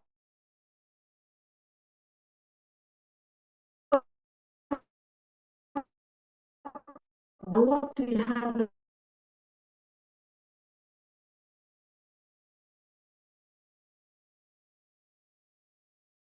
The border, so we understand so well, but we're almost done. Okay. Thank you, Council Member. Thank you.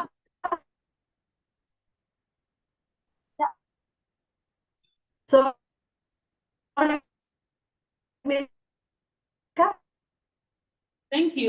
thank you. Though we lost you, but thank you very much. Thank you so much. Thank you so much. We really appreciate.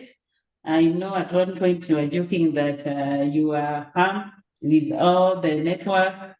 You were afraid of those people snatching your network, but I'm happy you managed to the end. Thank you so much for the presentation. And members, I believe you've learned something from the CPD and membership committee. They're also in charge of your renewals. So they go through your documents and ensure that you qualify for renewals. So straight to the question. Please be ready. 1, 2, 3. As Councilor Member Amin has presented, HRM has created regions. So how many regions does HRM pass? How many regions? And if you can name them, the better. How many regions does HRM has? We have 16 regions. So to begin with, we have Nairobi North, Nairobi South. We have Nyanza and Western. We have the Rift region, which is we have the North Rift. We have the South Rift. We have the Mount Kenya South. We have the Mount Kenya North. Thank you, then we sir. have the coast. Thank you, sir. Those are the branches. So we have regions and branches. So those are the branches. But thank you so much for that. At least you recognize the branches. I'm happy. Yes, Mary. Can I try? Mary, what do you thank you? We have 4 regions. I believe maybe it was the first one, then we can check. We have 4 regions. Yes, Mary Wanjiru was the first. Mary Wanjiru was the 4, yes, with 16 branches. So thank you so much, Mary Wanjiru. Are you even able to speak, to tell us where you are aiming? Thank you so much. You won yourself a very nice HRM branded notebook. We will ensure that you have it by next week. Thank you so much. So allow me to invite the next speaker in charge of disciplinary, Mr. Madangani Moya. Kindly take over. Asante sana. Let's welcome Mr. Madangani Moya to take us through complaint investigation and disciplinary presentation. Karibu sana. I hope sorry. I hope we are sending our questions, and also please join the WhatsApp group that has been, the link has been shared on the chat, and there's some crucial documents that have been shared on that WhatsApp group. So please, members, join the CPD policy has been shared there, code of conduct. So join that WhatsApp group if you can, please, for you to learn more. Thank you so much, Mr. Moya. Can we continue? Thank you. ED, Secretariat, and the members attending. I'll take you through the complaint investigation and disciplinary committee.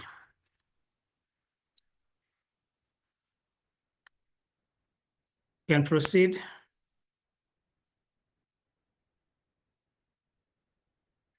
Yes. You allow me, if I'm too fast, you please somebody raise their hand or just send a message. So as to begin with, one is I'll take you through the membership and composition of the complaint and disciplinary committee of the Institute of Human Resources Management, which you have joined. The Committee on Discipline is established under Section 31 of the Human Resources Professionals Management for Professionals Act with the intention to address professional misconduct among registered human resource professionals. Its membership and composition are as follows. But before I give you that, it's very important to note that this is one of the key committees that are enshrined and set by the Act. And the reason is because the Institute's mandate is to oversee the professional conduct of human resource management professionals and also to set standards. So it is anchored from the very purpose and objectives of the Act. And it is very important because it is where we are actually called out by the public, the employers, the stakeholders, in the manner that we conduct ourselves and display professional conduct or follow any guidelines, laws that are established in the process of managing human resources, either as at an individual level, a corporate, a certified, a practicing member, or even a consultant. So the committee comprises of 5 members who are all appointed by the Institute from among its own members, from the council, from among its own members. That means for you to be a member of this committee, you must be a council member, and it is provided for under Section 31, subsection 2. It also makes sure that the committee members are made up of peers or people who are actually well versed in HR standards and practices.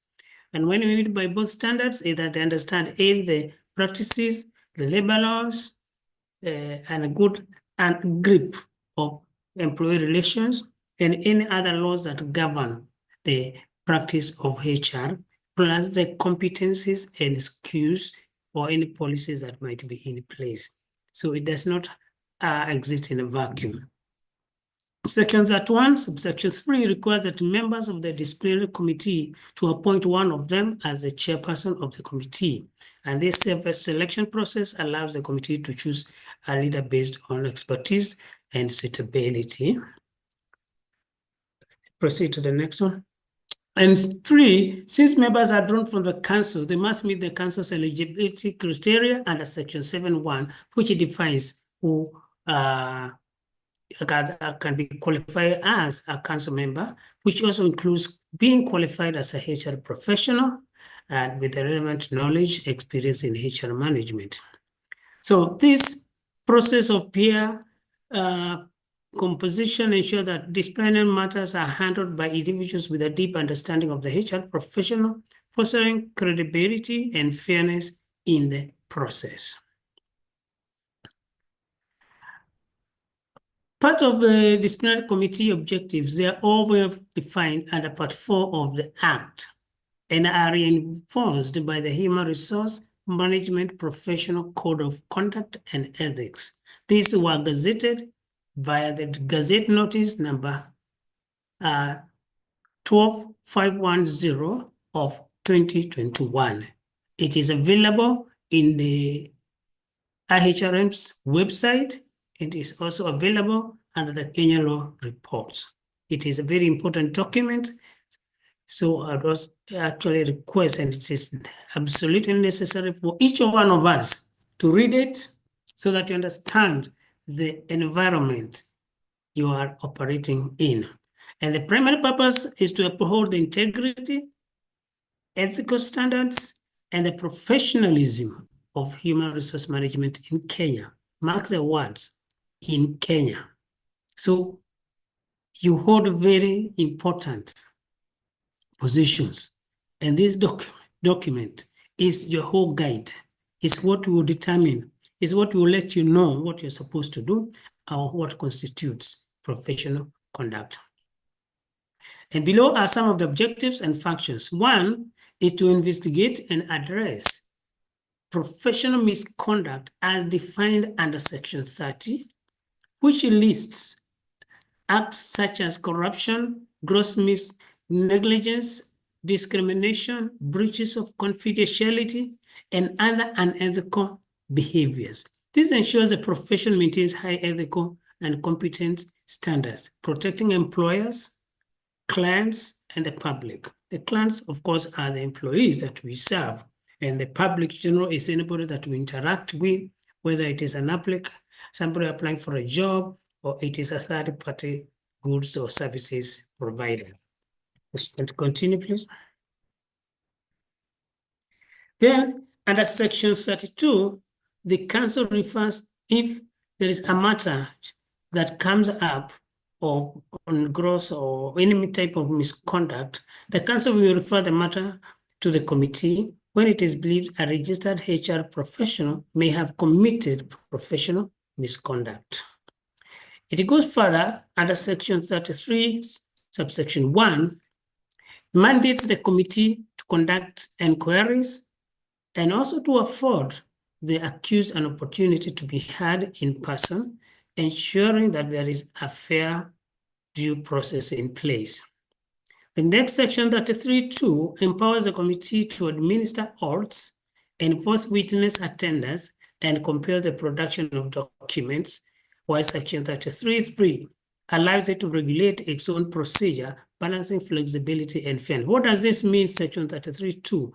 Is that when you are called upon to give evidence, or as an accused person, it's important that we take note. The oath is simply for you to give commitment that whatever you're going to say, produce, provide as evidence shall be the truth and factual. So we allowed just to do that simple oathing so that you feel bound or there is a way that we can fall back on. After an inquiry, that is of a complaint received, the committee will make a recommendation to the council, which may impose sanctions under Section 34A as provided for as follows. 1, it can issue a letter of admonishment, suspend registration for up to 12 months, withdraw or cancel a practicing certificate for up to 5 years. This, of course, depends with the seriousness of the offense and the misconduct and upon being proven to be culpable. or impose an appropriate fine or remove the professional's name from the register. You heard what Council Member Catherine Mwangi said. Yes, there's a register of all professionals. And once you are removed from that, you cease becoming a registered member and a practitioner. And if you are found to either be performing duties of a HR management professional, like signing letters, like even sitting in disciplinary committees or discharging any work that may be null and void, just like a doctor or a lawyer.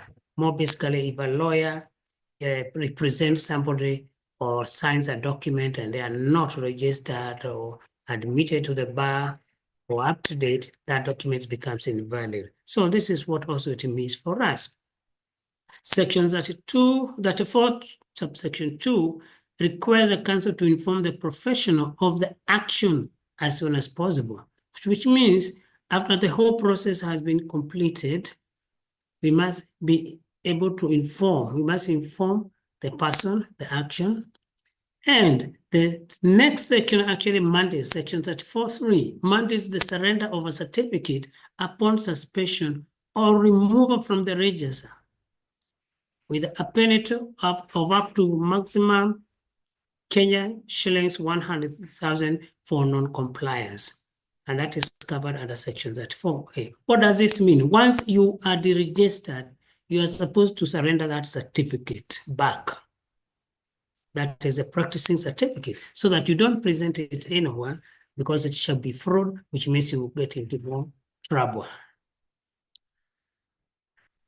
Then after that, if a member feels sufficiently aggrieved by the decision of the council, there is a provision that they can be able to actually appeal to the High Court within 60 days as per section. Now you can see how serious this matter is.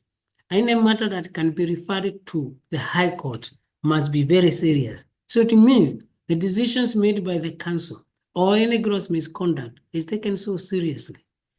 The only borders may be a criminal thing, but a professional misconduct is even more serious. So you can see the intensity. It's not just taken to any court. You file at the High Court.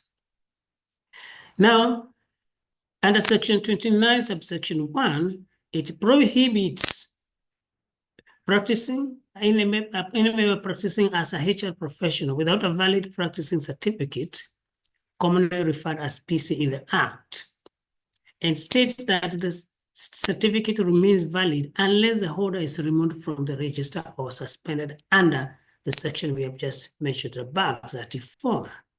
So it is your property. It is your actually symbol to show that you're practicing validly. However, if anything happens, you then must surrender it. And for non-compliance, you can also be castigated and fined. Then we see that any member who is suspended may appeal to the council to lift the suspension before its expiry. What does this mean? If you have been suspended for any reason and the certificate is still valid, then you may appeal. And if the council is satisfied, it may restore the registration and the process certificate upon payment of a prescribed fee. And that fee is also prescribed in the Act under the disciplinary committee. Over the years, we can give at least the last 4 years or so, the council and the institute has handled 31 disciplinary cases. And this is up to yesterday.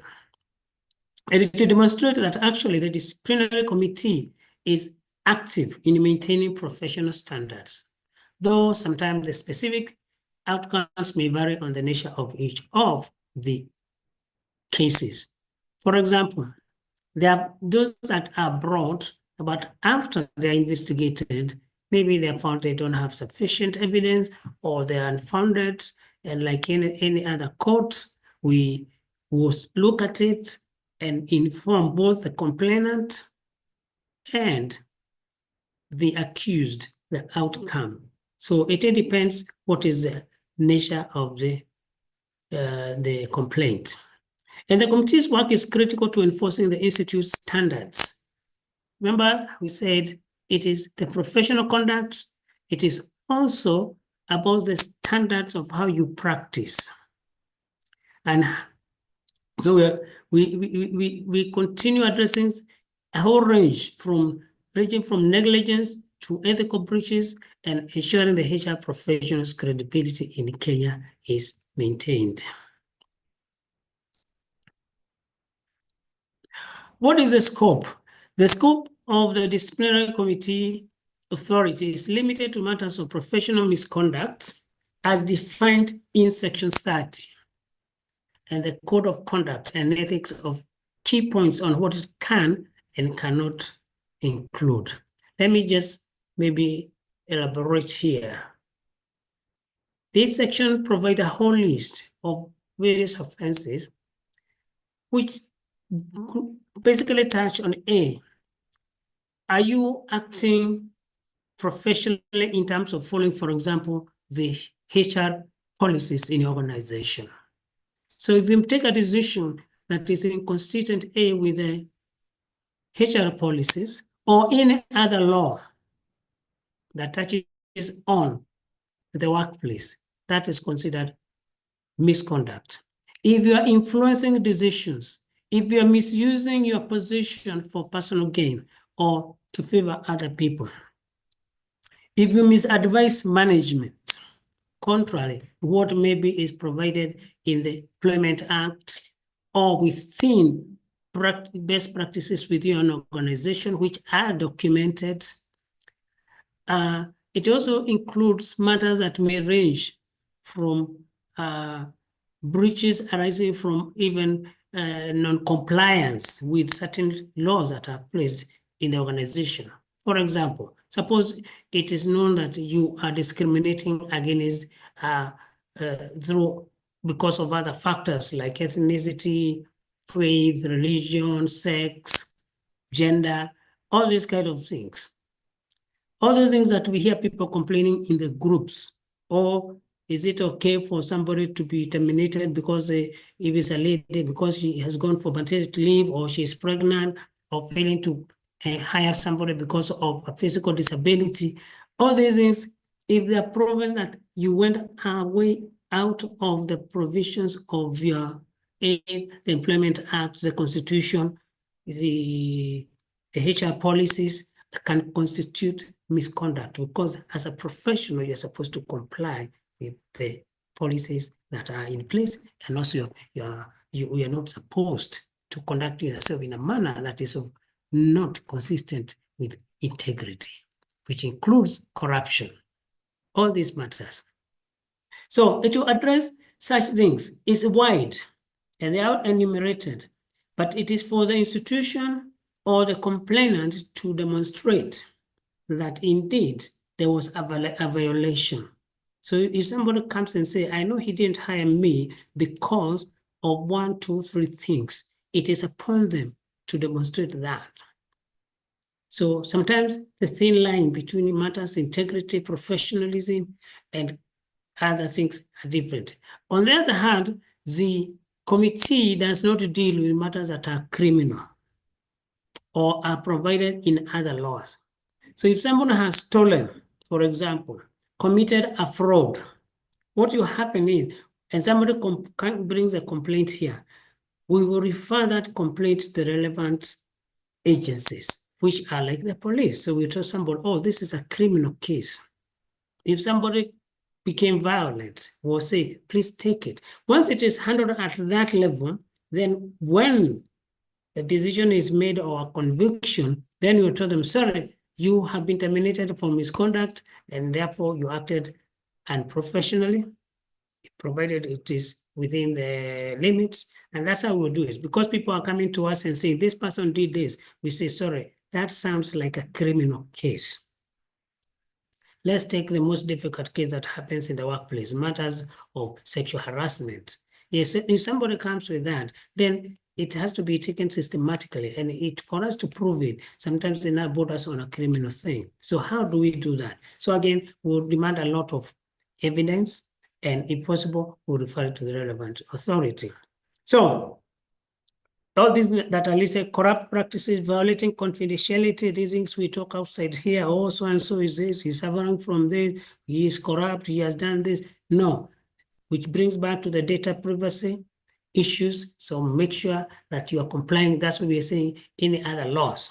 So any complaints may arise from employees, citizens, or corporate bodies, or any agreed person, provided the matter constitutes misconduct under the Act or court. That we'll do within. The committee does not have jurisdiction, like I've said, over cases of criminal nature. So those fall under.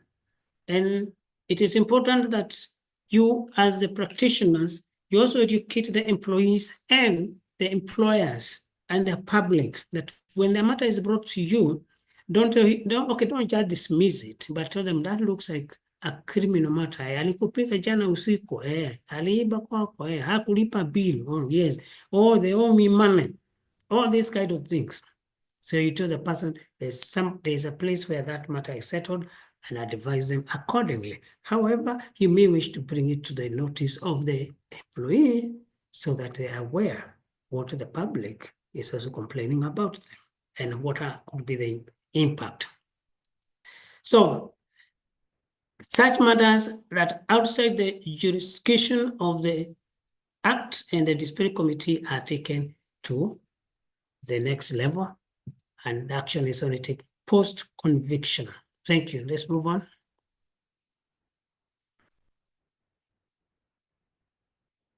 So, following a criminal conviction, the committee may investigate and recommend sanction if the offense reflects the professional's conduct or standing, or aligning with the code scope under paragraph 4(2)(b).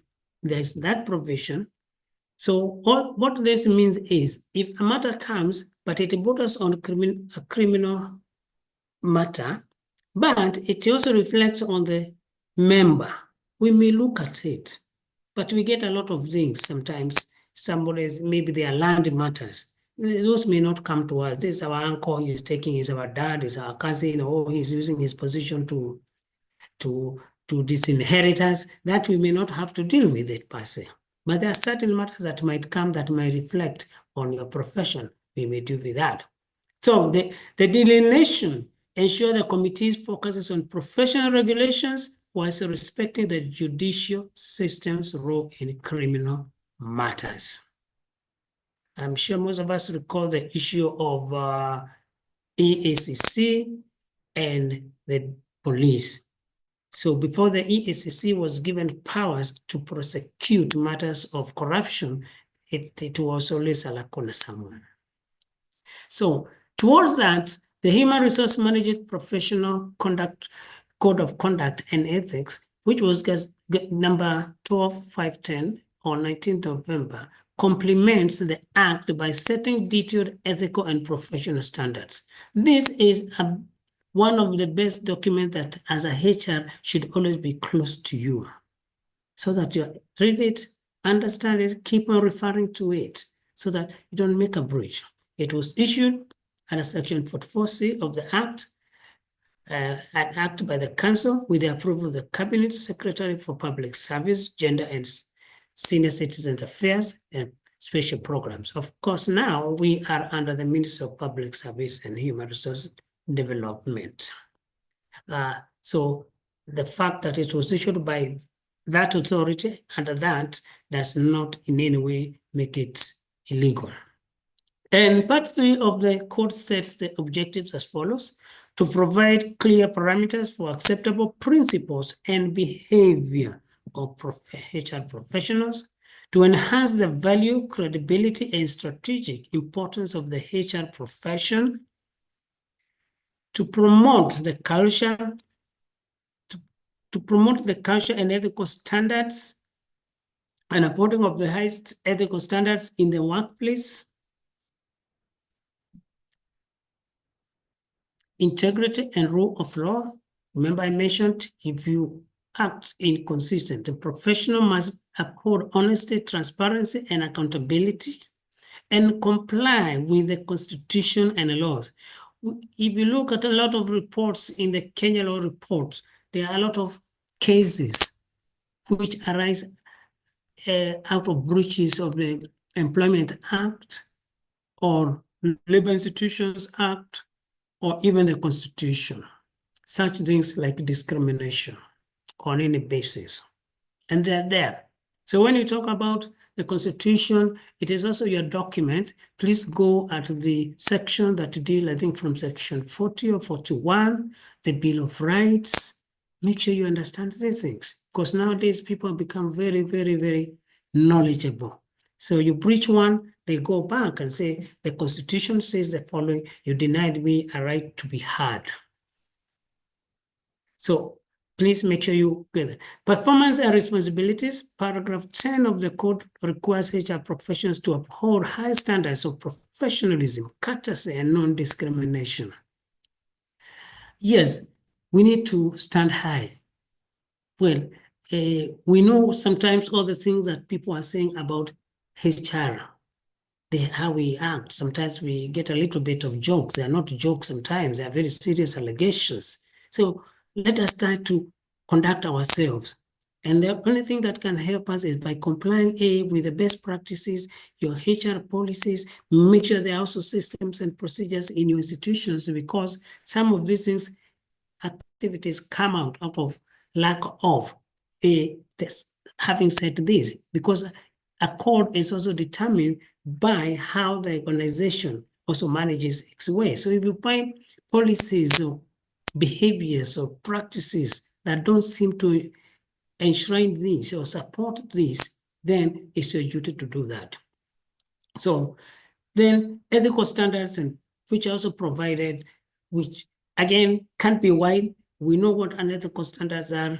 Falsification of records. There are now HR people who are being accused of not having or producing or causing to be produced or accepting fraudulent records, and abuse of position. And then matters of conflict of interest, professionals must avoid conflicts and declare interest where applicable, provided by paragraph 5. Now, again, the question of conflict of interest is wide, but it's very good to make it very, very clear. I think it is also defined in the Constitution. Your policies must also define conflict of interest. And some things that we are accused of is hiring relatives. If your organization does not have a provision which prohibits that, then you have to be careful when somebody is brought to you and told that you have in breach because you have hired your relative. The problem is, how did you do it? Was it at the expense of another fair person? Was it fair? So these are the kind of things that come up to us, and we find ourselves in a very awkward situation. Bullying and harassment, yes, HR tumesikia, without due respect, we walk around with bottles of water and other things, and we are shouting at people, and we also not helping the managers, managing the employees. Today, I'm dealing with a person who has been sacked. There were no performance standards.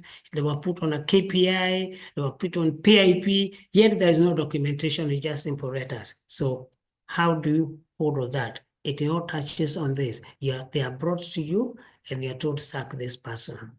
How do you stand up? So these are some of the key summary responsibilities, provisions of this act. We may continue. And that in itself gives a very clear guideline on who and the expectations. And as a chair, I have 5 members of the committee who are appointed from the council, and we are tasked with investigating and disciplining professional misconduct under the Act and Code of Conduct and Ethics 2021. And we address complaints from diverse sources, employers, citizens, organizations, which are focusing on ethical breaches. And as a duty as a disciplinary committee, we actually hold the profession. We are the bearers. We are the gatekeepers of HR professionals.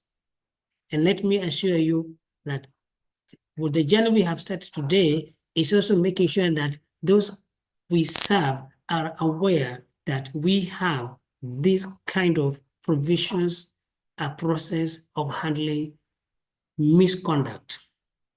And the more citizens are aware, the more employees are aware, the more your leaders know that they can even complain to us, because your managers sometimes are also at a loss. What do I do with this? HR, where I'm getting so many complaints about, they can come to us. And you too can come to us in case you feel you have also been put in a situation arising out of the misconduct of another person, or we are being accused unfairly. So we are not just oversighting the professionals, we are also oversighting those who bring the complaints. It's like a court. Court accept everyone and they just tell you, yes, bring the evidence, we'll be able to make a decision.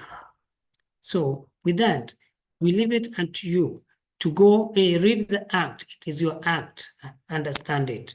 2, read the code of conduct. It is your code of conduct.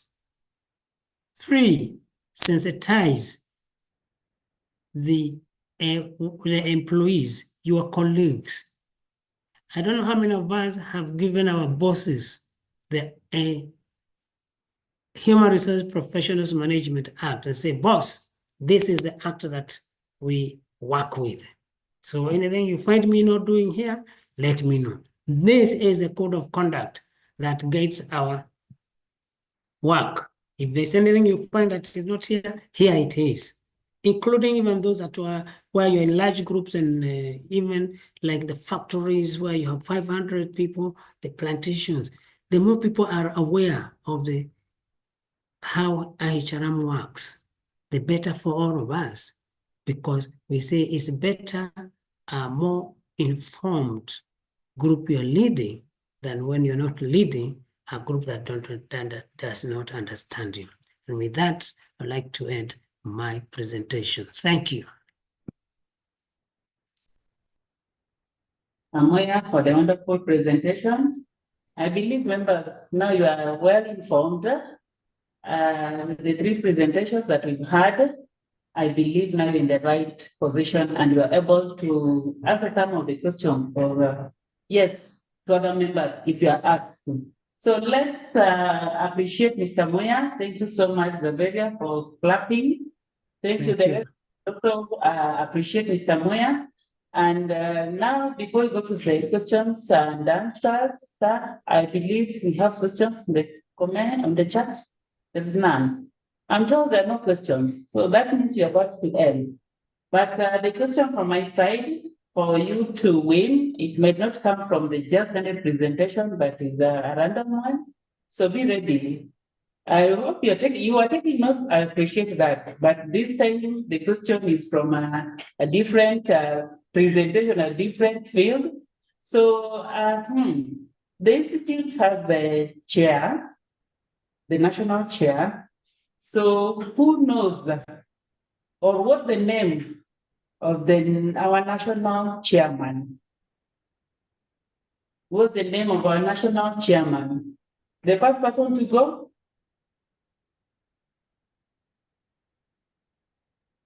What's the name of our national chairman? I just leave the full name. That's our national chair. So we need the names of our national chair. Can I try? Please try. Mr. Muya, Madangani Muya. Amen. Next year. Thank you, Mami. But he's the chair of the disciplinary committee, the one, but I'm asking of the national chair. The overall chair. Can I try? That's okay, then we already have the answers, but you can go ahead. And I can say that you can profit.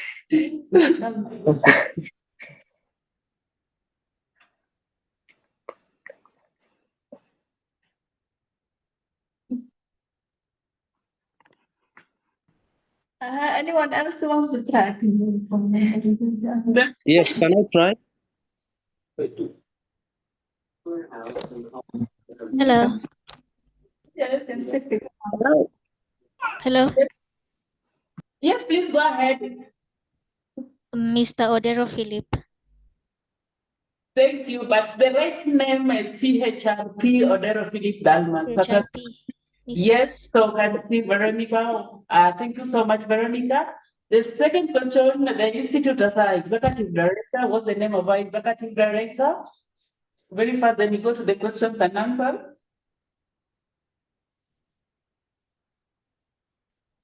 The name of our executive director. And I'm right here.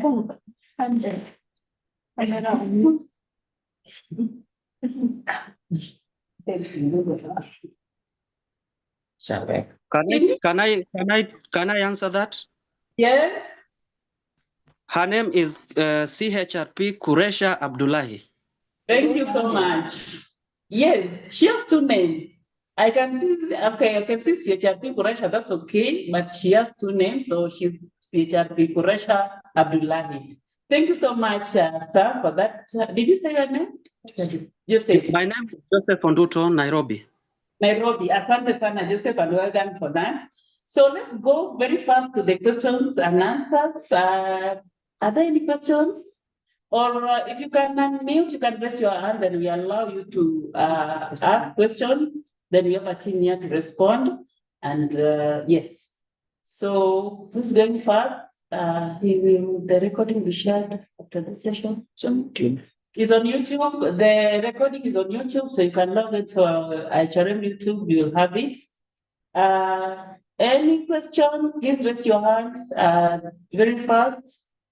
I know those in Nairobi, they have started dropping because of jam in Nairobi. So that means we are all good. And remember to join the WhatsApp group. The link has been shared. Please join. It has very crucial documents. Please remember to join the group. So there are no questions. Milka. Yes. I think there were some questions in the chat. I don't know whether you have looked at that. We'll answer them. There are questions in the chat, okay. As we look for them, is there anyone who would like to unmute and ask the question? You can answer them, yeah. Most of them have been answered. Most of the questions on the chat they've been answered. Good morning, good afternoon. Good afternoon. Yes, my name is Vitalis.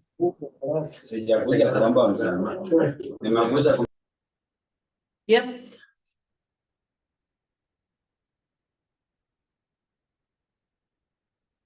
Please go ahead. We can't hear you. We can't hear you.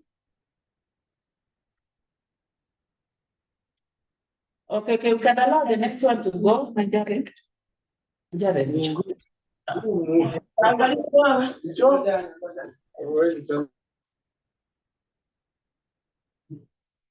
Okay, thank you. Now, if where you are allows, is it okay if you just switch on your camera? We just take a picture. Now that you can see us. Am I clear now?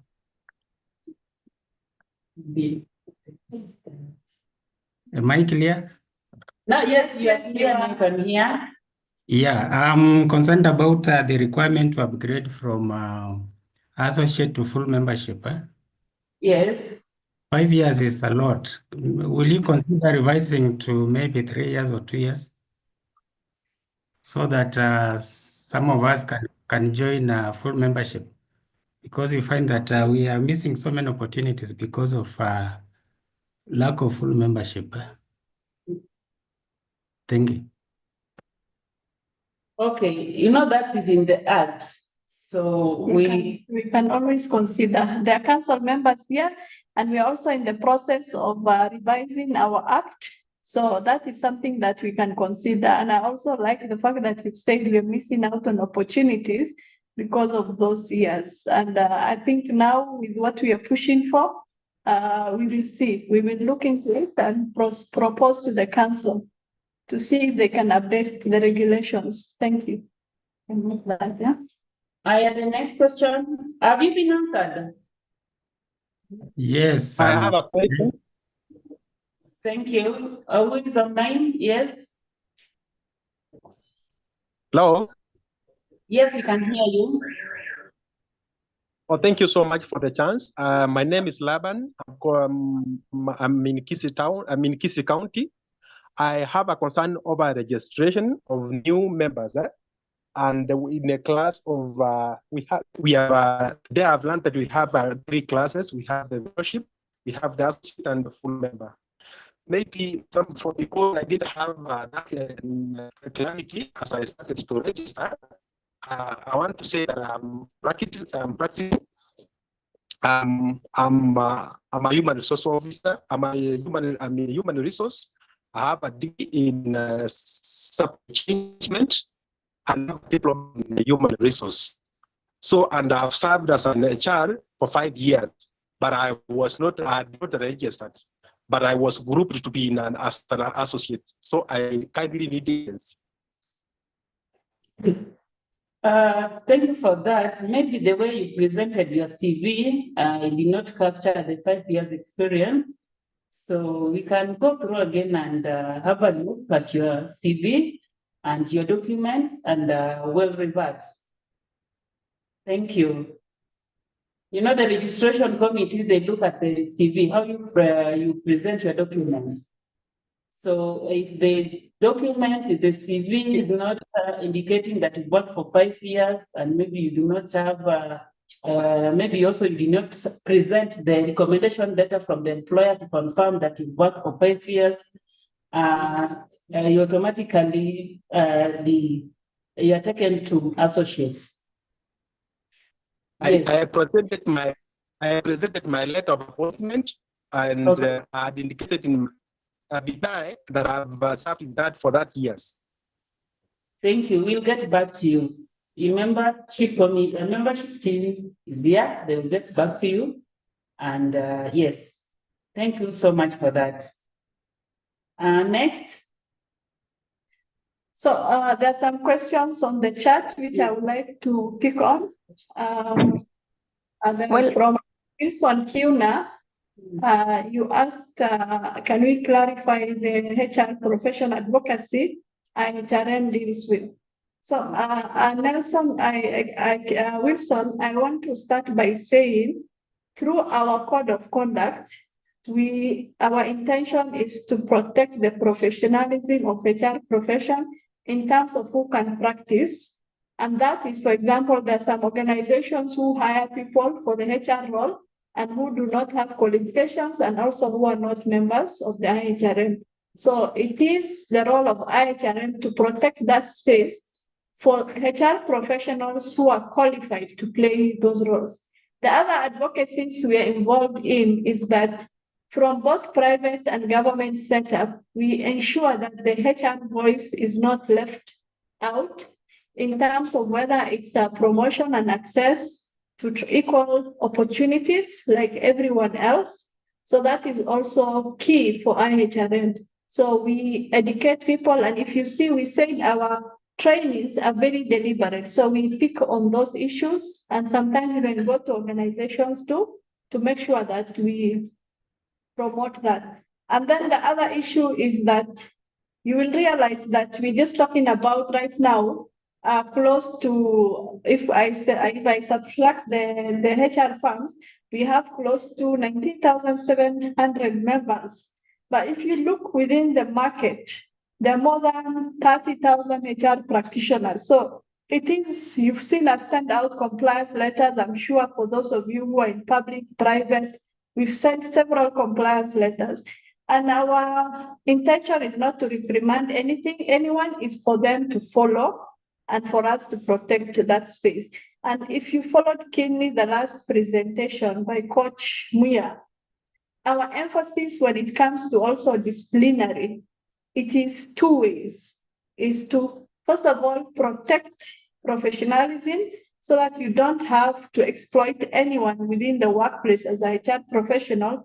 And we also protect you so that nobody steps on your right and makes you to violate the policies that are in place. So those are some of the things that we are really involved as an institute, whether it's disciplining and a professional or reprimanding an employer for going against the code of conduct that we have in place, whether it's sexual harassment, whether it's in an equal opportunity within the workplace. So we look out for the welfare of the profession. Wilson, I hear you that remember, when you send an application, it's not just me who sits somewhere to approve.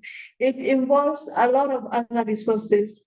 And I'll tell you this, and I normally avoid this, but I will ask you to look into our peers, other professional bodies. In fact, what they pay for membership is double of what we even charge for practicing.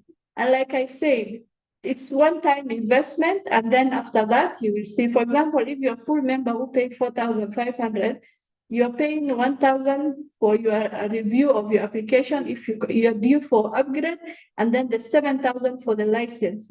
Remember, the membership is separate from the license. So there are costs involved, and I want to go on record that IHRM is not for profit making. So that is also something else, that we don't do this because we want to make profit. We do this because we want to make sure that those who are practicing have met the requisite requirement. Thank you. So there's someone who wanted to ask a question. And maybe while I'm at it, and also I want to say this because IHRM is a public institution. We are also in the process of amending our act. And this is specifically because the act has come into place in 2012.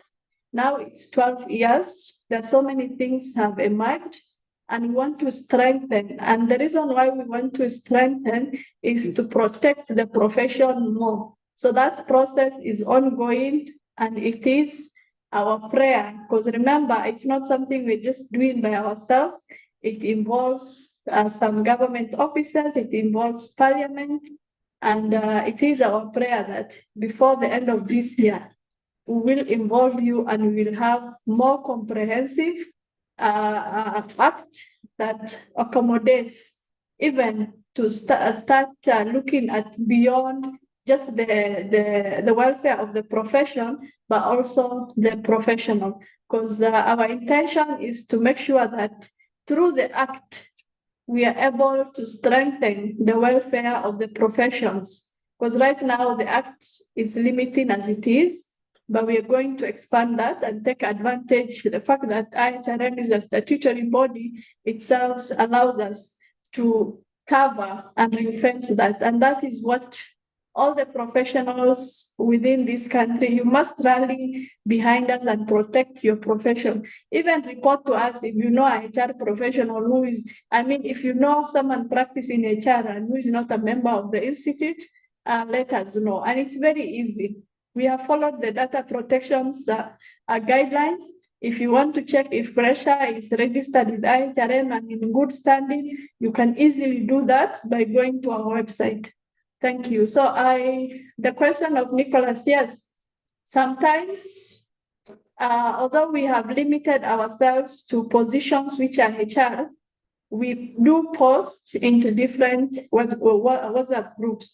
That is why it's important that you are part of a region or a branch, so that you're not only contributing to the benefits of the branch, but you're also getting those opportunities. And compared to the other institutions, imagine we just need you to get 10 CPD points, and 4 of those you can always get free. But that does not mean you cannot join other forums for your own learning. But what we record as free is the 4, because the other 6 we want to see that you've invested 8 hours per day for it to quantify to make up to the 40 hours. Thank you.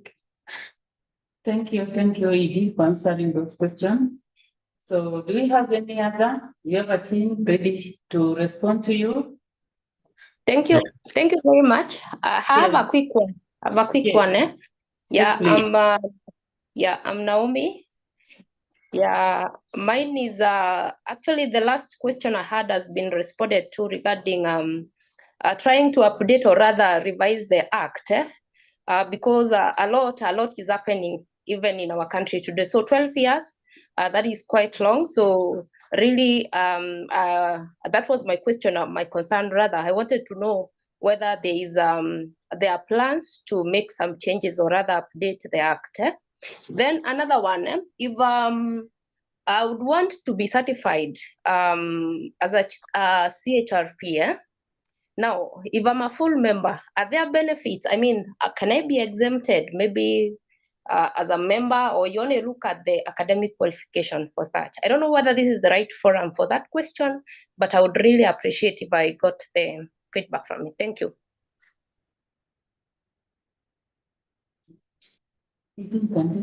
Thank you. Allow me to respond to that. Yeah. The question that you just asked is on two folds. Being a member of IHRM, unfortunately, only does not give you exemptions. Remember, CHRP is certification.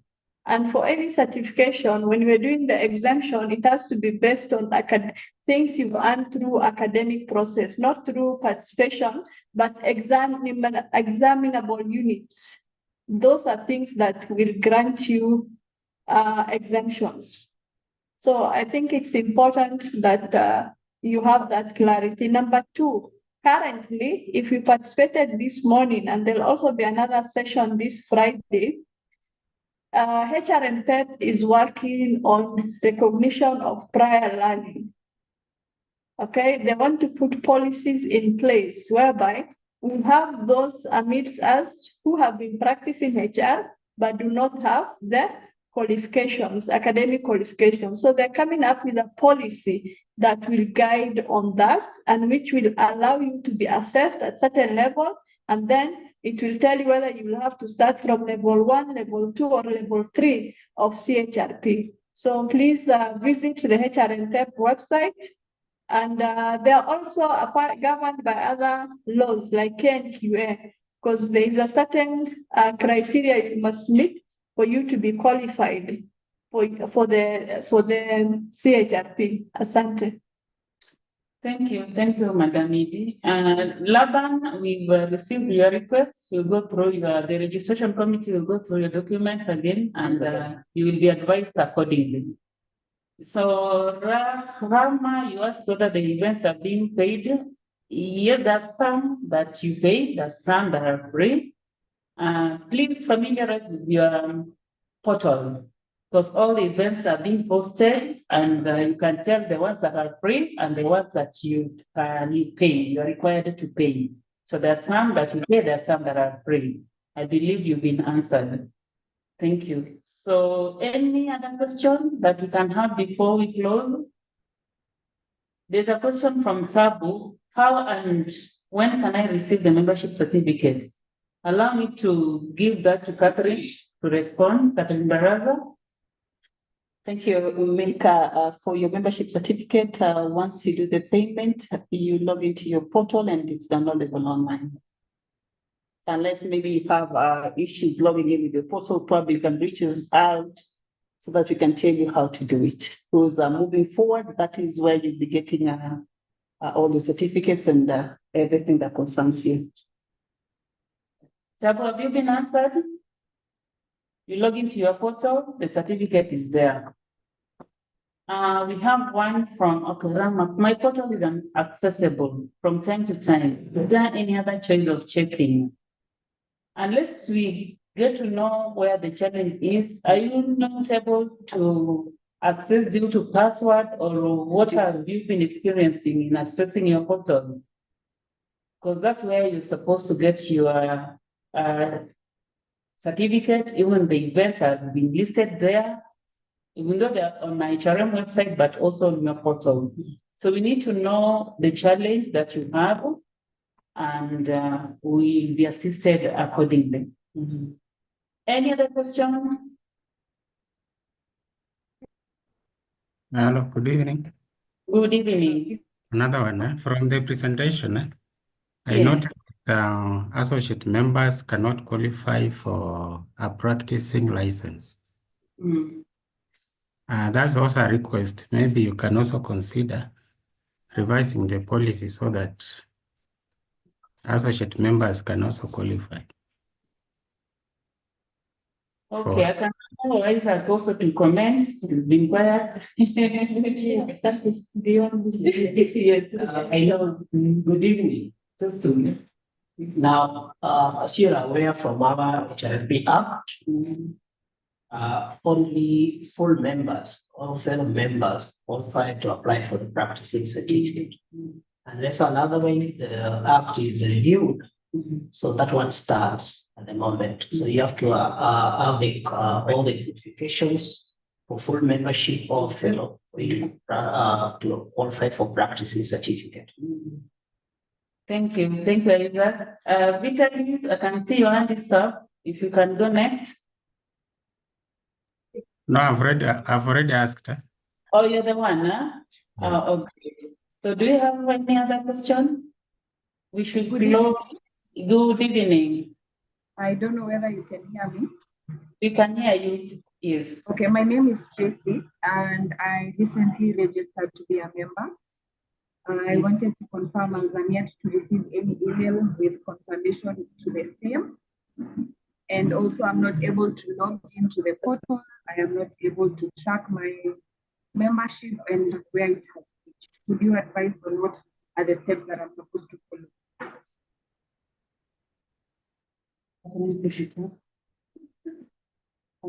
She's not able to log into the portal. So kindly please, you can share your details so that we can get back to you to see where the problem is. Where do I share? You can share them in this platform. Thank you. Thank you. Next.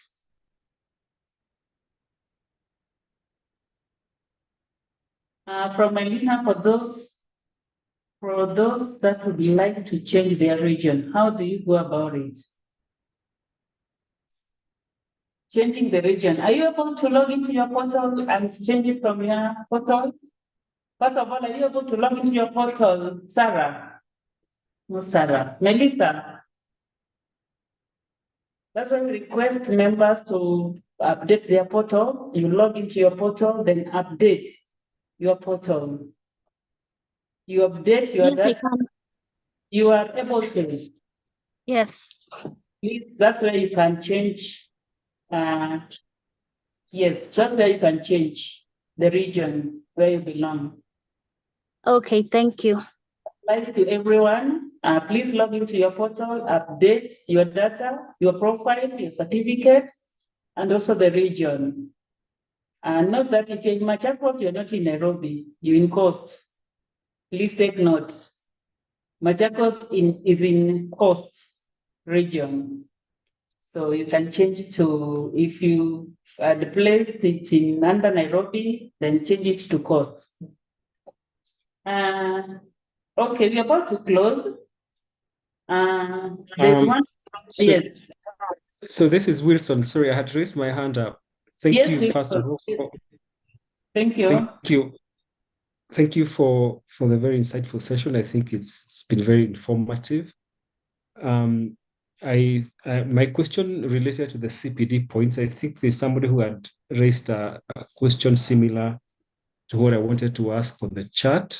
So maybe as you respond to mine, you can respond to that. So my question was, one way of gaining CPD points is through publication. Could you shed a little more light on that? Is there a criteria for what counts for a publication that can qualify for CPD points, which I think is a very good way, besides of course the normal trainings that earn CPD points.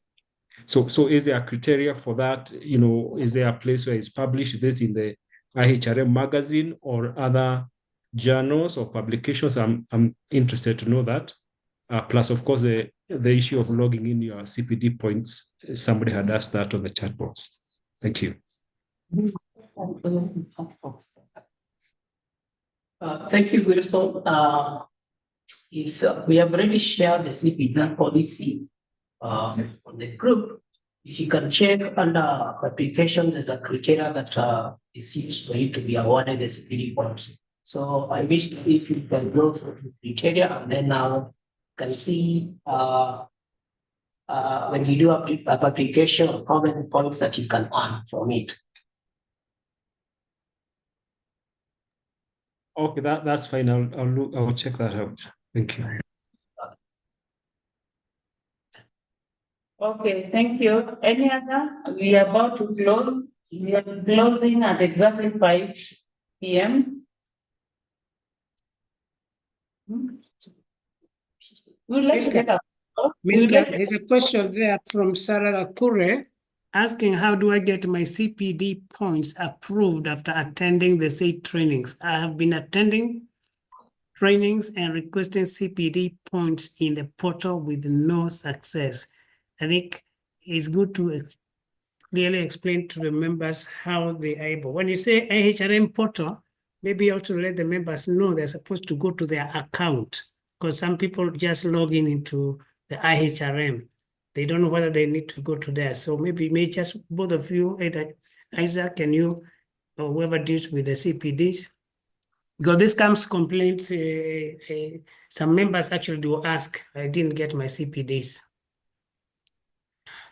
Thank you, Council Member. If you have attended the training with HRM, then you have your records. Automatically, once we click your attendance, it automatically reflects.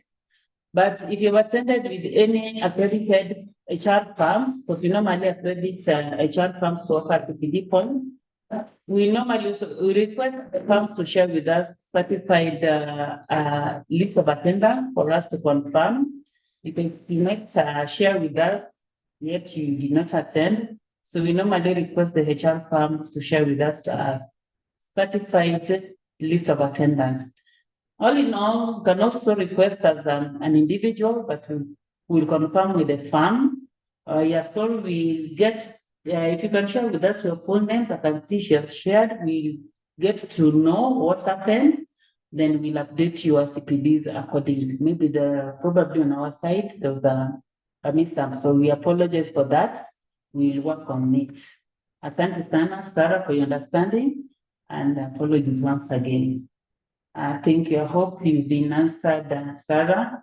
And for the portals, I meant individual portals. Everyone, when you're applying for membership, you created your portal, and that's where you should be logging in every day. You should visit your portal. Anytime you have added skills, qualification, you need to attach your documents there. And as I said, all the programs and most of the communication are there. We do send emails, but we request that you log into your portal and update the individual portals. If you have any difficulties in logging in, please let us know. You can write to membership@hrm.wa.ke. You will be assisted accordingly. I hope that has been answered. Thank you. So we have 2 minutes to time. And you are requested to put on your videos. We need to take a photo. If you can kindly, we need to take a group photo to confirm that you are here. Thank you, Tabu. Yours has been fun. Eva, though you've not talked, you should say hi to us. We've been seeing you all along and you've not been talking. You've been disciplined. Thank you. Thank you. Please. Hi. It's been a pleasure. Thank you. Your name, please. Hi, my name is Leken Kanyina. Okay. Asante, you have a question, comment? No, it has been a good session. I've really learned a lot. Thank you. We really appreciate it. And thank you for joining the Institute, for being a member. So, endeleni kukua online. You put your videos on. We are really waiting. We are waiting. We are waiting. Yes. Councilmember Mina, we need to see you. I know you're the border, but we'd like to have your photo on. I hope they've not. You're there. Thank you. And the rest of the team, if you're able, Zaverio, you're one of the officials. We need to see you, a photo. But then before we close, any other official that joined, the branch official that joined and did not talk? Hi, what happened? Oh, the team here, please put on your video.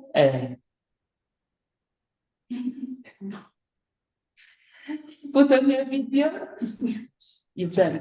Yeah. There. It's done. Okay. Thank you so much. Thank you so much for putting on your videos, and we are now done. I have a problem tracking my application name. Your application, you're coming in, okay, you've not joined, you'll be assisted, and thank you for sharing your email address, Rajab. The team here will assist you accordingly. Is this the response? Can you please confirm? What response? Nicholas, I did not get your question. Is this the response? Can you please confirm? Maybe if you can unmute and ask the question. I did not get your question. So thank you, everyone. I'm Elizabeth Leon. What might be the problem with my registration? Because I'm trying to register, but it's not going through. Elizabeth, you've been trying to register, but it's not going through. We are yet to know, but we can, if you can have your full name. Okay, Elizabeth Leyan. We'll look into this and we will respond accordingly. By tomorrow we'll have the response as to why your application is not going through. Maybe there's something you're not doing right from your side, but you will be assisted. The team here, they're very capable. You will be assisted accordingly. Thank you. Any other question? It's now 5:01 and nice time to leave. So thank you so much. Allow me to invite Ms. Modangani Moya to give vote of thanks, because I can see he's still around. We were the last one to do the presentation. Yes. Mr. Modangani, kindly vote of thanks. Oh dear, okay. Hijacked, we are told to be ready at any one time. Yes, I'd like first and foremost to thank the team at the Secretariat for putting up this. This is the first event that we're doing of this kind. And as I said, we will promise to give you many more, bringing us to understand our institute, the mandate, and the various laws, policies, mandates that govern the management of our profession. Also thank the executive director and all members who showed up. It is not easy to take time off from your work in the afternoon. It is actually a day off, and it is not only a sacrifice, but also it also shows your commitment. And we would also like to acknowledge the entire council members, those who are presenting, and also those who are not presenting, but will be presenting at another time, and also the chairman of the council for also providing the leadership in all that we are doing. So asanteni sana, we look forward to more fruitful engagements with the members. This is your institution. Don't shy to ask questions. And also remember, I'm very happy that I can see most of you are asking which branches you belong to. Once you join a branch, that is, you always have a branch that is where we post official HRM communication. So make sure you note which it is. It has a logo of IHRM. Those are the branch and the name of the branch. And that is where you can also raise any matters different. This is your forum You make use of the website, make use of the contacts there, and if you have any problem, know that we will handle them one at a time and appropriately. So asanteni sana and have a nice week ahead, and may what we have learned here go and feed your wells of knowledge. Thank you. Thank you so much, Council Member Muya. Asanteni sana, members, for your time. We do not take it for granted. We are happy, and as the Council Member mentioned, this is the first time we are doing this, and we shall be doing it quarterly to new members. You're still allowed to join and interact with members. And also there's a WhatsApp group. I still remind you to join kindly, because we'll be able to answer your questions through that created new WhatsApp group. Asanteni sana, I was your moderator, CHLP, Milka Owal, the Manager Training and Membership at the Institute of Human Resource Management. See you next time. Asanteni sana, enjoy your evening. Bye, you can unmute and say bye. Thank you. Thank you, bye. Bye, bye, thank you, thank you, thank you. Bye. Bye. Thank you. Thank you.